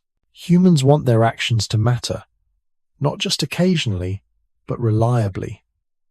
The mind begins to suspect that there must be forces larger than individual control shaping events. This suspicion does not yet resolve the tension, but it shifts the focus. Attention moves away from personal ability and toward underlying causes. Within this frame, another answer begins to surface. From this angle, humans begin to confront a new version of themselves when they realize that control has boundaries they cannot cross. This confrontation does not end the desire for control. It transforms it. The question shifts from, how can I control what happens, to what controls what happens? And that shift prepares the ground for the final movement of this truc, where helplessness pushes the mind toward deeper origins in search of something stable enough to explain why control always falls short. The human mind looks for stability in a different direction. If control cannot be total at the level of action, then perhaps it can exist at the level of understanding. Humans begin to accept that they cannot manage every outcome, but they resist the idea that outcomes are meaningless. This resistance redirects the need for control into a need for cause. Instead of asking how to prevent every loss, the mind begins to ask why loss exists at all. Instead of trying to command events, it tries to explain them. This shift feels subtle, but it is profound. Control over reality gives way to control over interpretation. If events cannot be changed, they can at least be placed inside a framework that makes them feel necessary rather than random. This is where helplessness quietly fuels the search for deeper origins. Humans begin to suspect that if individual control always fails at the same boundaries, then those boundaries must be shaped by forces larger than personal effort. These forces may be called nature, structure, law, or design. But the impulse behind the naming is the same. The mind wants to locate something stable beneath uncertainty, something that explains why control works sometimes and fails other times. By tracing events back to an origin, humans regain a sense of orientation. They may not be able to change what happens, but they can understand how it fits into a larger order. This understanding restores a form of agency, not the power to act freely, but the power to situate oneself within a system. From this angle, the question of where humans begin becomes tightly connected to the experience of helplessness.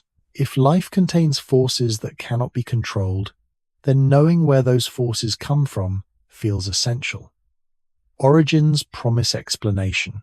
They suggest that unpredictability is not chaos, but part of a structure that started somewhere and follows its own logic. This belief does not remove suffering or limitation, but it makes them feel less personal. Failure becomes part of a process rather than a reflection of inadequacy. Loss becomes something that belongs to existence itself, not just to individual mistakes. Within this frame, the answer of this truth becomes clear. Humans begin to search for beginnings when control reaches its limits, and helplessness forces a change in strategy. When action can no longer secure safety or meaning, understanding takes its place. The search for origin becomes a way to live with limits by believing that what cannot be controlled can at least be explained, and that explanation offers a different kind of stability, one that allows humans to endure a world they cannot fully command. At some point, controlling outcomes and understanding causes are still not enough for humans, because life is not experienced only as something that happens, but as something that should or should not happen. Humans begin to judge actions, not only by what they produce, but by whether they feel acceptable. This shift is subtle, but powerful. Two actions can lead to the same result, yet feel completely different depending on intention, context, or perceived fairness. This is where morality quietly enters experience. It does not begin as a system of rules. It begins as a feeling that something is right or wrong, even when no direct consequence follows. Humans feel guilt without punishment. They feel pride without reward. These reactions cannot be explained by survival alone. They suggest that humans are not only navigating the world, but evaluating it. This evaluation changes behavior deeply. A person may avoid an action that benefits them because it feels wrong. Another may endure harm because it feels justified. These choices do not always maximize survival or comfort, but they preserve something else, a sense of internal coherence. Humans want their actions to align with values, even when that alignment costs them. This desire creates a new layer of experience. Life is no longer just about what happens, but about what should happen. Once this layer appears, the world becomes morally charged. Events are no longer neutral. They are interpreted through standards. Fairness matters. Responsibility matters. Intention matters. This is why humans react strongly to perceived injustice, even when they are not directly affected. A violation of moral expectation feels like a violation of order. The mind resists it. This resistance reveals how deeply morality is tied to stability. Right and wrong provide orientation in a complex social world. They help humans predict behavior, assign trust, and maintain cooperation. Without some shared sense of moral boundaries, social life becomes chaotic. But morality does more than regulate society. It also stabilizes the self. When humans act according to values, they feel consistent. When they violate them, they feel fractured. This inner response reinforces moral judgment long before formal rules or laws exist. Over time, these judgments become internalized. People begin to carry a sense of right and wrong inside themselves, applying it even when no one is watching. This internal presence marks a major shift. Control was about managing outcomes. Explanation was about understanding causes. Morality is about evaluation. It asks not what happened or why, but whether it was acceptable. And once this question becomes central, human experience changes again. Actions are no longer just movements through the world. They become statements about who someone is. Identity becomes linked to values. A person begins to see themselves as good or bad, justified or unjustified, based on alignment with internal standards. This alignment matters even in isolation. This suggests that morality is not only social pressure, it is a way humans relate to themselves. From this angle, humans begin to differ from other life when they stop acting only in response to outcomes and start judging actions through values that exist beyond immediate benefit. The appearance of right and wrong marks the point where existence becomes not just lived, but assessed And that assessment quietly reshapes how humans understand themselves and their place in the world. As moral judgment settles into experience, it begins to serve a practical function beyond personal feeling. Humans quickly learn that shared standards make life with others possible. When people agree on what is acceptable, cooperation becomes easier, trust can form, expectations become clearer. A promise means something because breaking it is judged. Harm matters because causing it carries moral weight. These shared judgments reduce uncertainty in social life. Without them, every interaction would require constant negotiation. Morality simplifies complexity by setting boundaries in advance. It tells people what behavior will be tolerated and what will not. This allows societies to function without continuous conflict. Over time, these boundaries become reinforced through repetition, approval, and disapproval. Children learn what is right not through abstract reasoning, but through response. Praise, correction, and example shape their sense of value. Eventually, external judgment becomes internal. A person no longer needs to be watched to follow moral rules. They carry them inside. This internalization is powerful. It allows social order to persist even in private. People restrain themselves not only out of fear of punishment, but out of a desire to remain consistent with who they believe they are. Morality thus stabilizes identity as much as it stabilizes society. It provides a framework that answers the question of how to act when outcomes are uncertain. Even when consequences are unclear, values offer guidance. This reduces decision fatigue. Instead of calculating every possible result, a person can act according to principle. This feels grounding.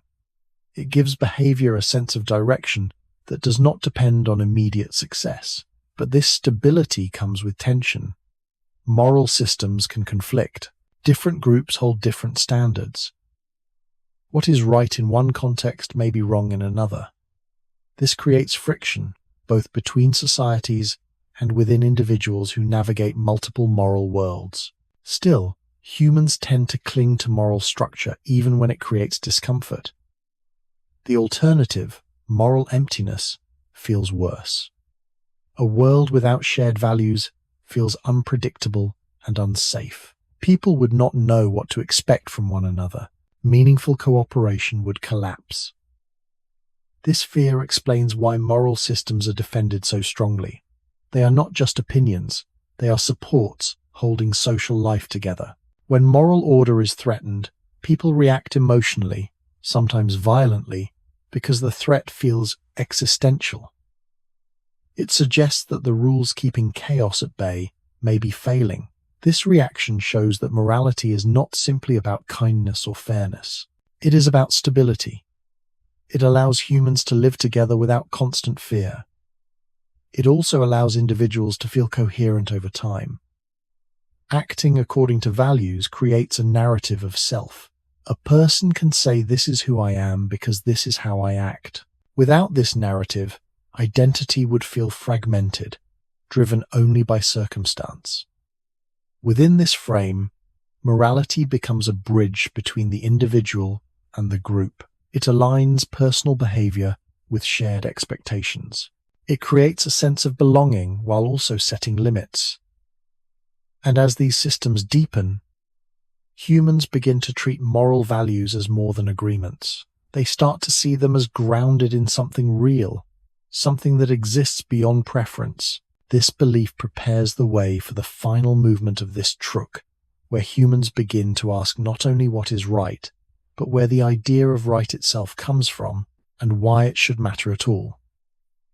When moral rules feel essential rather than optional, the human mind begins to push beyond agreement and habit, because something that carries such weight cannot feel arbitrary. If right and wrong truly matter, then they must come from somewhere deeper than convenience or preference. Humans begin to sense that values need grounding. A rule followed only because others expect it feels fragile. A value that disappears when no one is watching feels incomplete. This discomfort drives a new kind of questioning. Instead of asking what is right, Humans begin to ask why right should exist at all. They search for a source that can justify moral force even in isolation. This search appears whenever people appeal to ideas like justice, dignity, or worth that seem to stand above individual desire or social agreement. These ideas feel larger than any one person or group.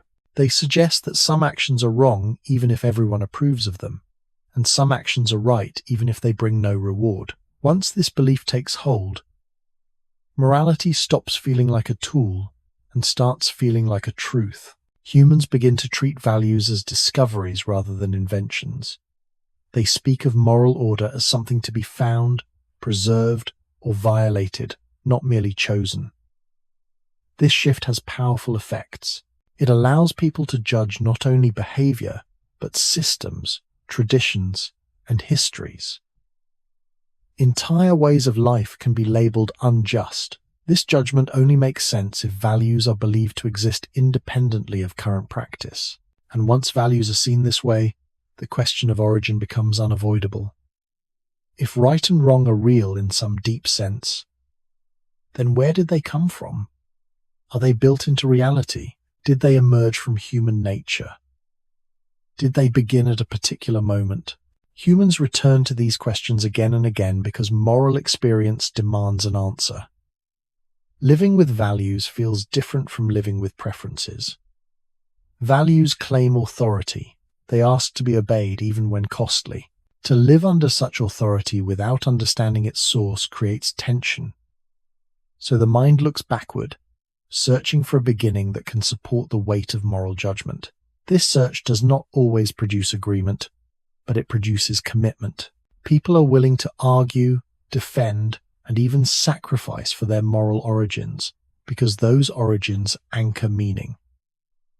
Within this frame, the answer of this truth becomes clear. Humans begin to seek origins when moral judgment becomes central to identity and action. The question of where humans begin merges with the question of where values begin. Because understanding the source of right and wrong feels necessary to justify why actions matter at all. Morality turns existence into something accountable, and accountability demands a foundation.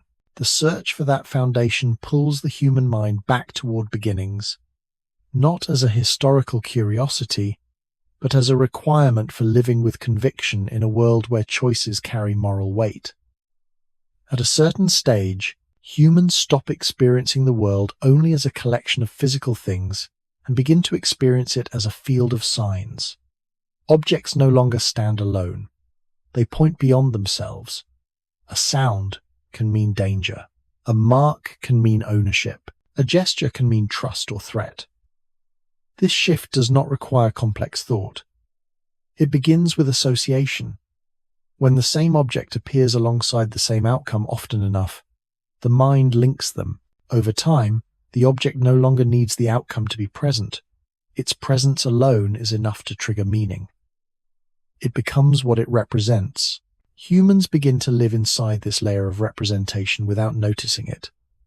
A flag is no longer fabric. It is belonging. A word is no longer sound. It is an idea.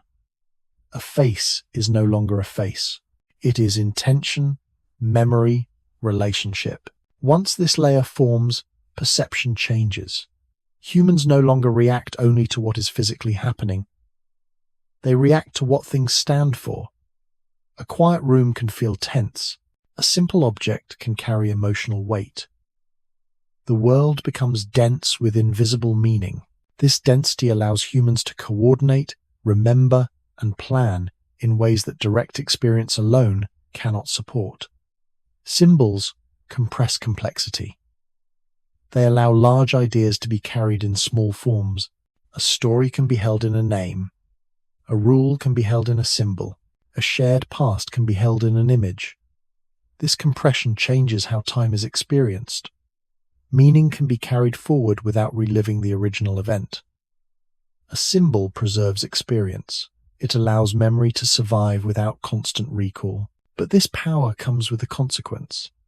Once symbols exist, humans begin to live more in representation than in direct contact. They respond to signs of danger, rather than danger itself. They pursue symbols of success rather than the experience of fulfillment. They defend symbols of identity even when the physical stakes are small. This does not mean humans are confused. It means their reality has expanded. Life now happens on two levels at once, the physical and the symbolic. And the symbolic often feels more important. This is why conflicts can erupt over words, images, or gestures that cause no physical harm. The harm is symbolic. It threatens meaning. When symbols are violated, people feel personally attacked, even if nothing tangible has changed. This reaction shows how deeply symbolic thinking is embedded in human experience. Humans do not merely use symbols, they live inside them. And once this is the case, the question of beginnings changes again. If meaning is carried by symbols, then understanding where meaning begins requires looking beyond bodies, brains, or even events. It requires asking when the world first became something that could stand for something else. In this frame, another answer begins to appear. Humans begin to differ from other life, when reality stops being only what is seen and becomes something interpreted. The moment a thing can mean more than itself, human experience crosses a threshold. Existence is no longer just lived, it is read. And once the world is read like a text, the need to know where the text began becomes inevitable. Once symbols take root, they begin to reorganize memory itself. Humans no longer rely only on lived experience to remember who they are or what has happened. Memory becomes structured around signs. A photograph replaces a moment. A date replaces a lived period. A name replaces a complex relationship. These symbols do not store experience exactly as it occurred. They simplify it, compress it, and make it portable. This allows humans to carry large portions of their past without reliving them. But it also reshapes what is remembered. What fits into symbols survives. What does not slowly fades. Over time, people begin to remember their lives not as a flow of sensations, but as a sequence of symbolic markers. Graduation, marriage, loss, success. Each word stands in for years of experience. This symbolic structure makes identity manageable. A person can say who they are using a small set of labels, roles, and stories. Without symbols, the self would feel overwhelming, too large to grasp at once. Symbols provide handles. They allow humans to refer to themselves and others without reopening every memory. As identity becomes more symbolic, it becomes less immediate. People begin to relate to who they think they are, rather than who they are feeling in the moment. A role can override sensation. A label can override experience. Someone may continue to act confident because that is their identity, even when they feel uncertain. Another may feel trapped because a symbol attached to them no longer fits. This tension reveals how powerful symbols are. They do not just describe identity, they guide it. Humans align their behavior with the symbols they carry. A parent behaves as a parent. A leader behaves as a leader. These behaviors persist even when circumstances change, because symbols create expectations that feel real. Memory, identity, and meaning begin to orbit around these symbolic anchors. This orbit stabilizes life. It makes social interaction predictable. It allows long-term planning, but it also hardens experience. When symbols become too rigid, they resist change. A person may grow internally while their symbolic identity remains fixed. This creates inner conflict. Still, humans rarely abandon symbols altogether. The alternative would be to face raw experience directly, without compression or structure. That would be exhausting. Symbols protect the mind by filtering reality.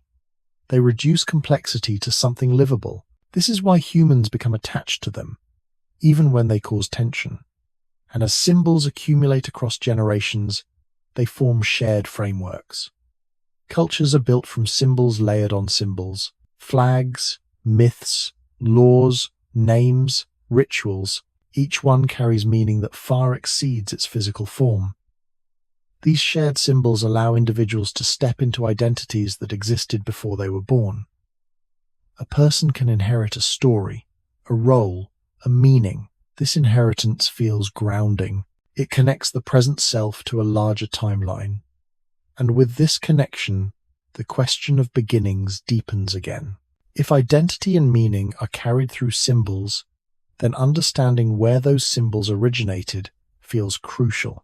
Humans begin to sense that to understand who they are now, they must understand how these symbols came into being. Meaning feels less arbitrary when it has a history. A symbol with an origin feels more legitimate than one that appears without explanation. Within this frame, the pull toward beginnings grows stronger. It is no longer just about events or biology. It is about the first moments when meaning itself took form and began shaping memory and identity in ways that continue long after the original experience has disappeared. When symbols become the main way humans organize meaning, the question of origin can no longer be avoided, because symbols do not feel neutral. They carry authority. They tell people how to see, how to feel, and how to act. A symbol that has no origin feels weak, temporary, easy to replace. A symbol that is believed to come from a beginning feels grounded. It feels legitimate. This is why humans instinctively ask where symbols came from. Who first used this word? Who created this sign? Why this gesture means respect and not something else? These questions are not about curiosity alone. They are about trust. Humans want to know whether the meanings guiding their lives rest on something solid. Once symbols shape memory, identity, and society, their origins begin to matter as much as their function. A symbol tied to a beginning feels anchored in time. It connects the present to a moment when meaning first appeared. This connection stabilizes experience. It tells people that what they live by now is not arbitrary, but part of a longer continuity. This is why myths, traditions, and foundational stories appear wherever symbolic systems exist. They do not merely explain the past, they justify the present. They say this is why this symbol matters, and why it should continue to matter. Without such justification, symbols feel fragile. They can be questioned, replaced, or ignored. Humans resist this fragility because living inside symbols requires commitment. A life guided by meaning demands belief in that meaning's legitimacy, and legitimacy comes from origin. The deeper and more distant the origin feels, the stronger the symbol becomes. This does not mean the origin must be historically accurate. It must feel foundational. It must feel like the moment when meaning entered the world. Once this belief takes hold, humans begin to experience their own beginnings symbolically as well. Birth becomes more than a biological event. It becomes a marker, a starting point in a story. Identity becomes something that begins not only when a body appears, but when meaning attaches to it. Names, roles, expectations arrive.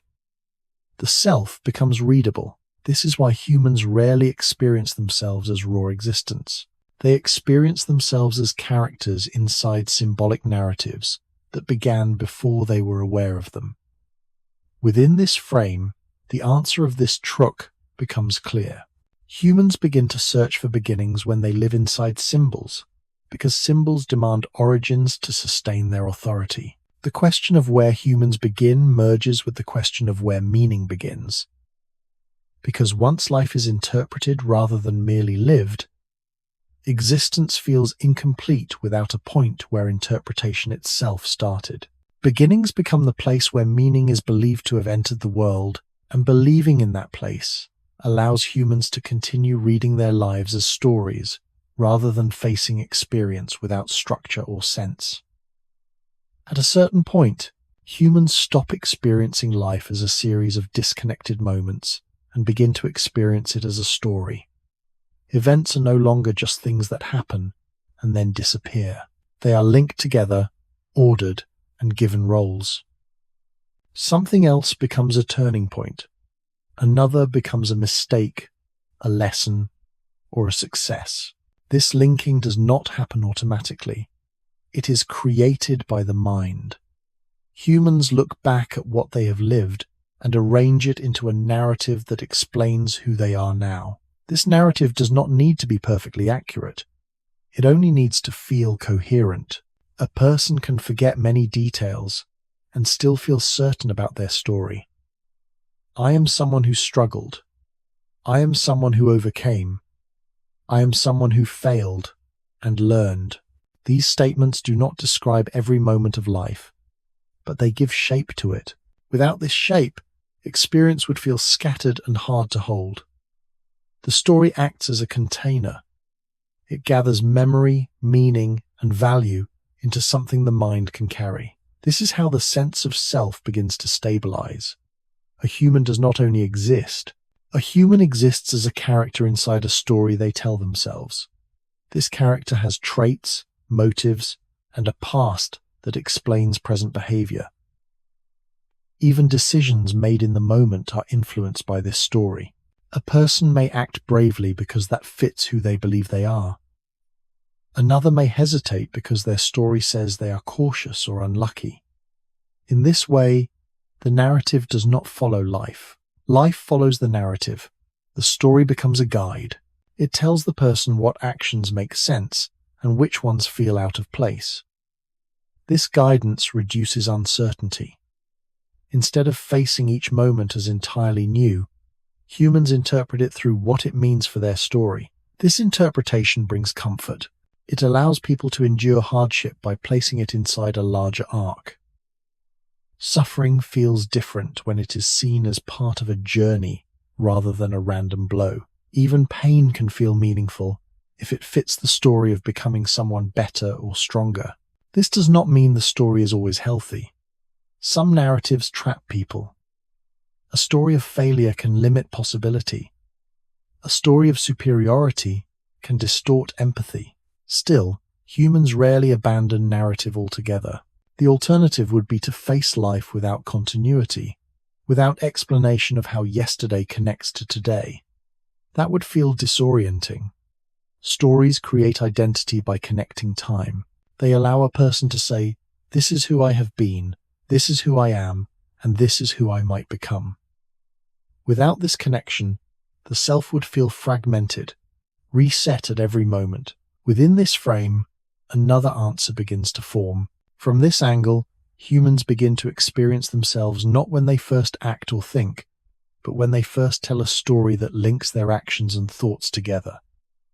It is narrated into existence, and once life is lived as a story, the question of beginnings takes on new importance, because every story needs a starting point to make sense of everything that follows.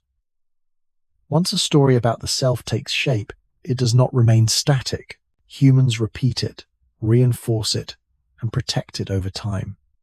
The story is told internally through memory and expectation, and externally through conversation, explanation, and justification. Each time it is told, it becomes a little more solid. Details that fit the narrative are remembered more easily. Details that contradict it are softened, reinterpreted, or forgotten. This is not dishonesty. It is coherence at work.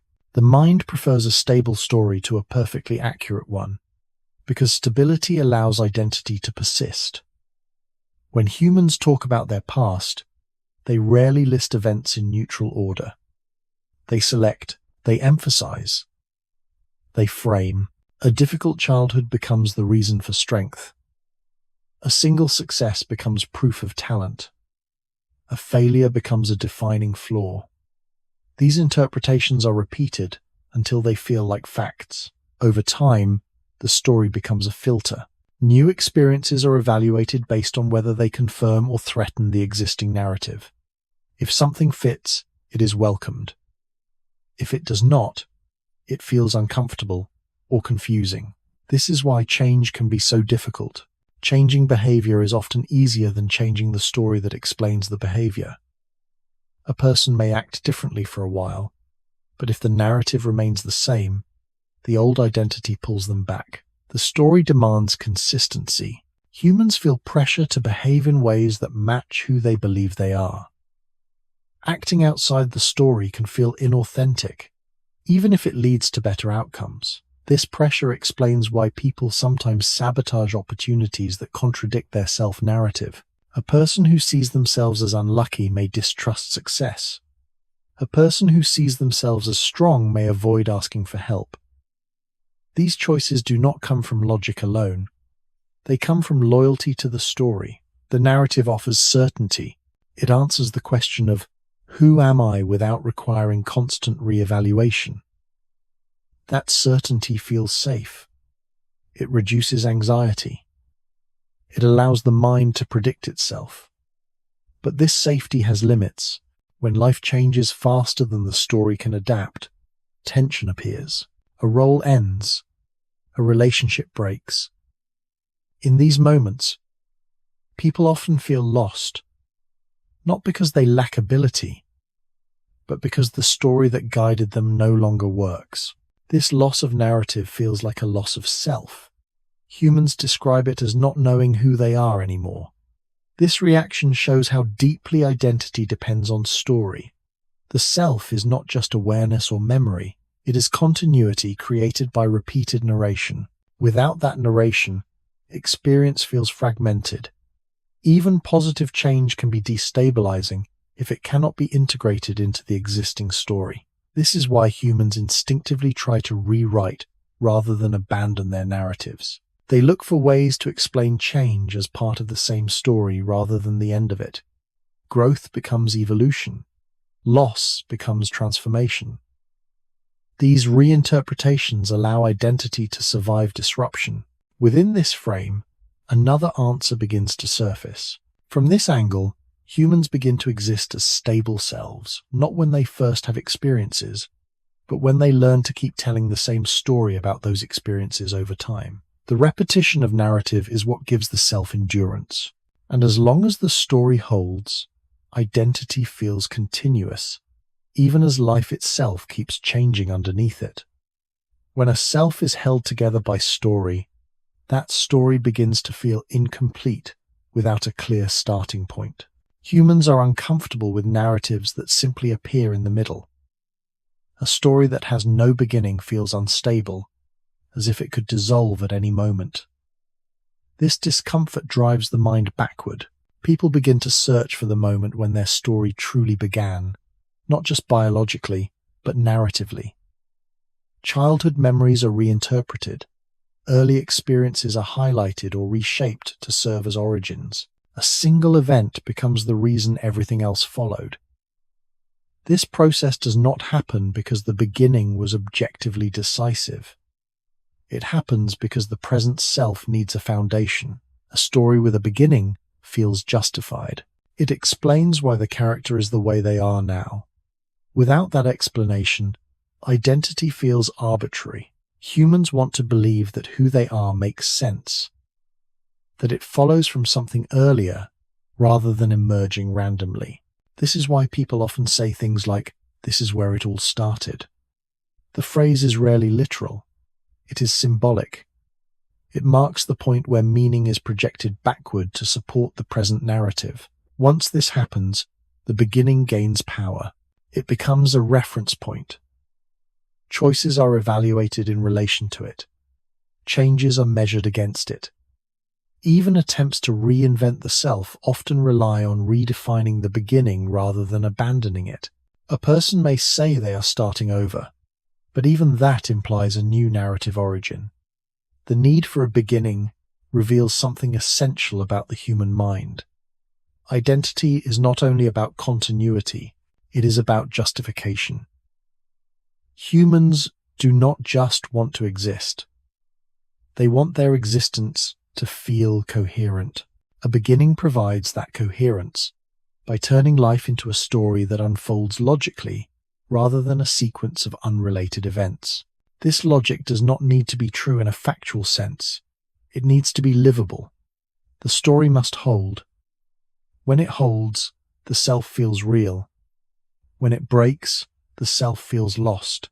This is why disruptions that threaten the narrative are so painful. They do not just change circumstances, they threaten the story's foundation.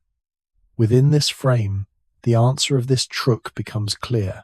Humans begin to ask where they started when the self becomes a story that needs grounding. The search for origins is not about the past for its own sake. It is about stabilizing identity in the present. A beginning anchors the narrative. It allows the self to feel continuous, justified, and meaningful. And as long as humans live through stories about who they are, they will continue to look backward, searching for a starting point that can hold the weight of everything they believe themselves to be now. As the search for beginnings reaches its furthest point, something unexpected starts to appear. The realization that every beginning humans point to is chosen rather than discovered. A moment is selected and called the start. A story is framed and treated as the origin. A cause is isolated and given priority over all others. But none of these points announce themselves as beginnings on their own. They become beginnings only when the human mind decides to stop tracing backward and say this is enough. This decision is rarely conscious. It happens quietly, through comfort. The mind settles on a starting point that feels stable enough to hold everything that follows. This is why different people and cultures point to different beginnings without feeling confused. One may begin with birth, another with ancestry, another with creation, another with chance. Each of these works not because it is final, but because it allows the story to move forward. This reveals something important. Beginnings are not fixed locations in the past. They are positions chosen by the present. Humans do not find where they began. They decide where to stop looking.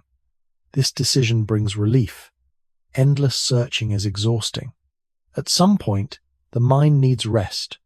A chosen beginning provides that rest by closing the question temporarily. It gives experience a frame. Inside that frame, life can be lived, explained, judged, and remembered.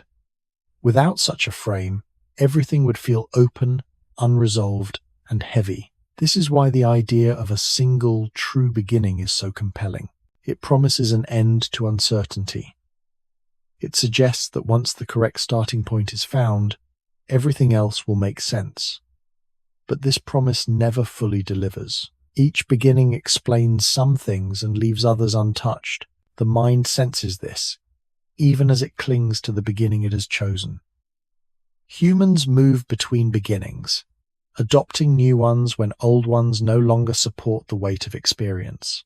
A beginning that once felt solid may later feel thin. The human mind adapts its origins to survive changing conditions. From this angle, the question of where humans actually begin starts to dissolve. Not because it has been answered, but because it has been reframed. Humans do not begin at a single point in time. They begin wherever meaning is anchored strongly enough to allow life to continue. The beginning is not behind us. It is under us.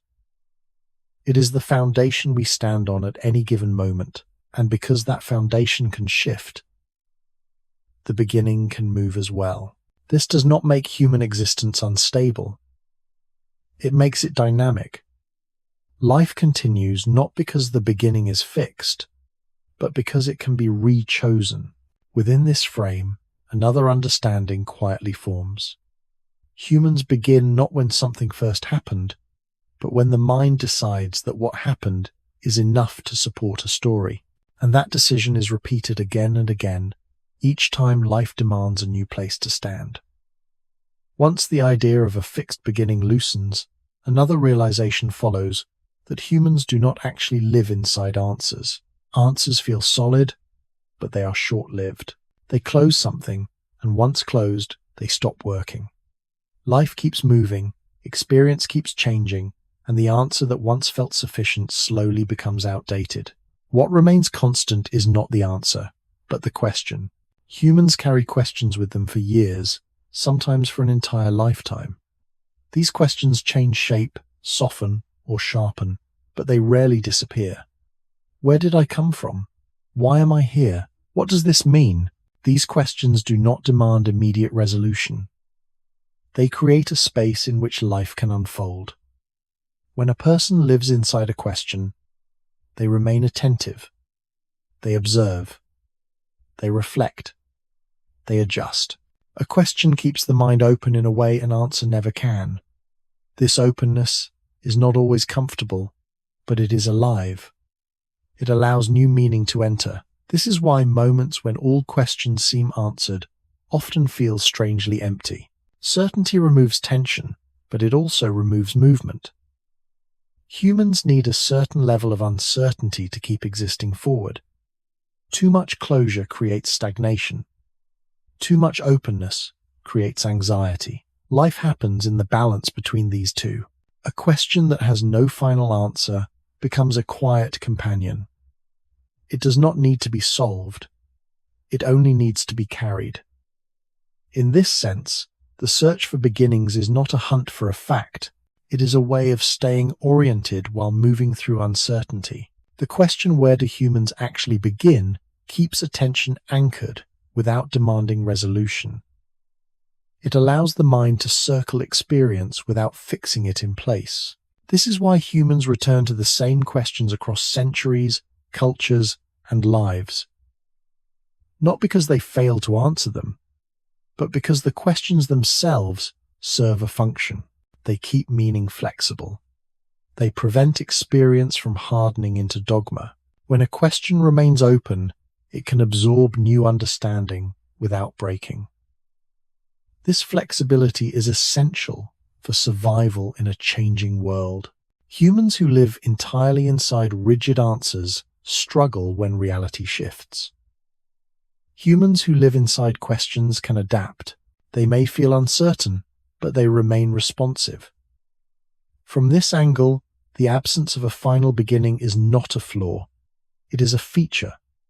It allows human existence to remain unfinished, and unfinished things can continue. A life that does not claim to know exactly where it started remains capable of becoming something else. This does not mean humans reject answers altogether. They use them when needed, but they do not stay in them forever. They move back into questioning when answers begin to restrict growth. And so the beginning remains out of reach, not because it is hidden, but because reaching it would end the movement that keeps life alive. Within this frame, another understanding settles in. Humans do not persist because they have solved the question of origin. They persist because they can live inside it. The question itself becomes a place to stand, a space wide enough to hold uncertainty without collapsing. And as long as the question remains open, life can continue to unfold without needing to arrive anywhere final. As the question returns one last time, it no longer asks to be solved. It only asks to be held. Where do humans actually begin? Not as a puzzle to finish, but as a quiet space to rest inside. After all the searching, the tracing back through body and mind, memory and time, fear and meaning, control and story, humans keep beginning because they never fully arrive. Every explanation offered along the way was enough for a moment, and then life moved again. Each origin gave stability until it could no longer carry the weight of what followed, and so another beginning was chosen, not to replace the old one, but to allow movement to continue. This is not failure. It is how human existence stays alive. A fixed beginning would close the story. An open question keeps it breathing. When the mind no longer strains to locate the first moment, attention softens. The need to define fades. What remains is the awareness of being here now, carried by countless beginnings that do not need to be named. Birth was one, memory was another. Meaning entered, belief settled, habit carried time forward. Loss woke awareness, story shaped identity. Each of these felt like a beginning because each allowed life to continue in a new way. None of them needed to be the first. They only needed to be enough. And perhaps this is the quiet truth humans circle without ever stating directly. The beginning is not behind us waiting to be found. It is under us. Wherever we are able to stand without falling, it shifts as we shift. It holds as long as we need it to, and then it lets go. The question remains because it does not demand closure. It allows rest. It allows uncertainty without fear. It allows existence without explanation. And as the mind releases its grip on finding the start, the body settles back into rhythm. Breathing continues. Time passes without being measured. Thought slows. The question does not disappear. It simply becomes quieter. Where do humans actually begin? Perhaps not at a point in the past, but in the moment the search itself becomes gentle enough to stop asking for an answer. And in that pause, where nothing needs to be defined, life continues, unbothered by origins, moving softly forward into sleep.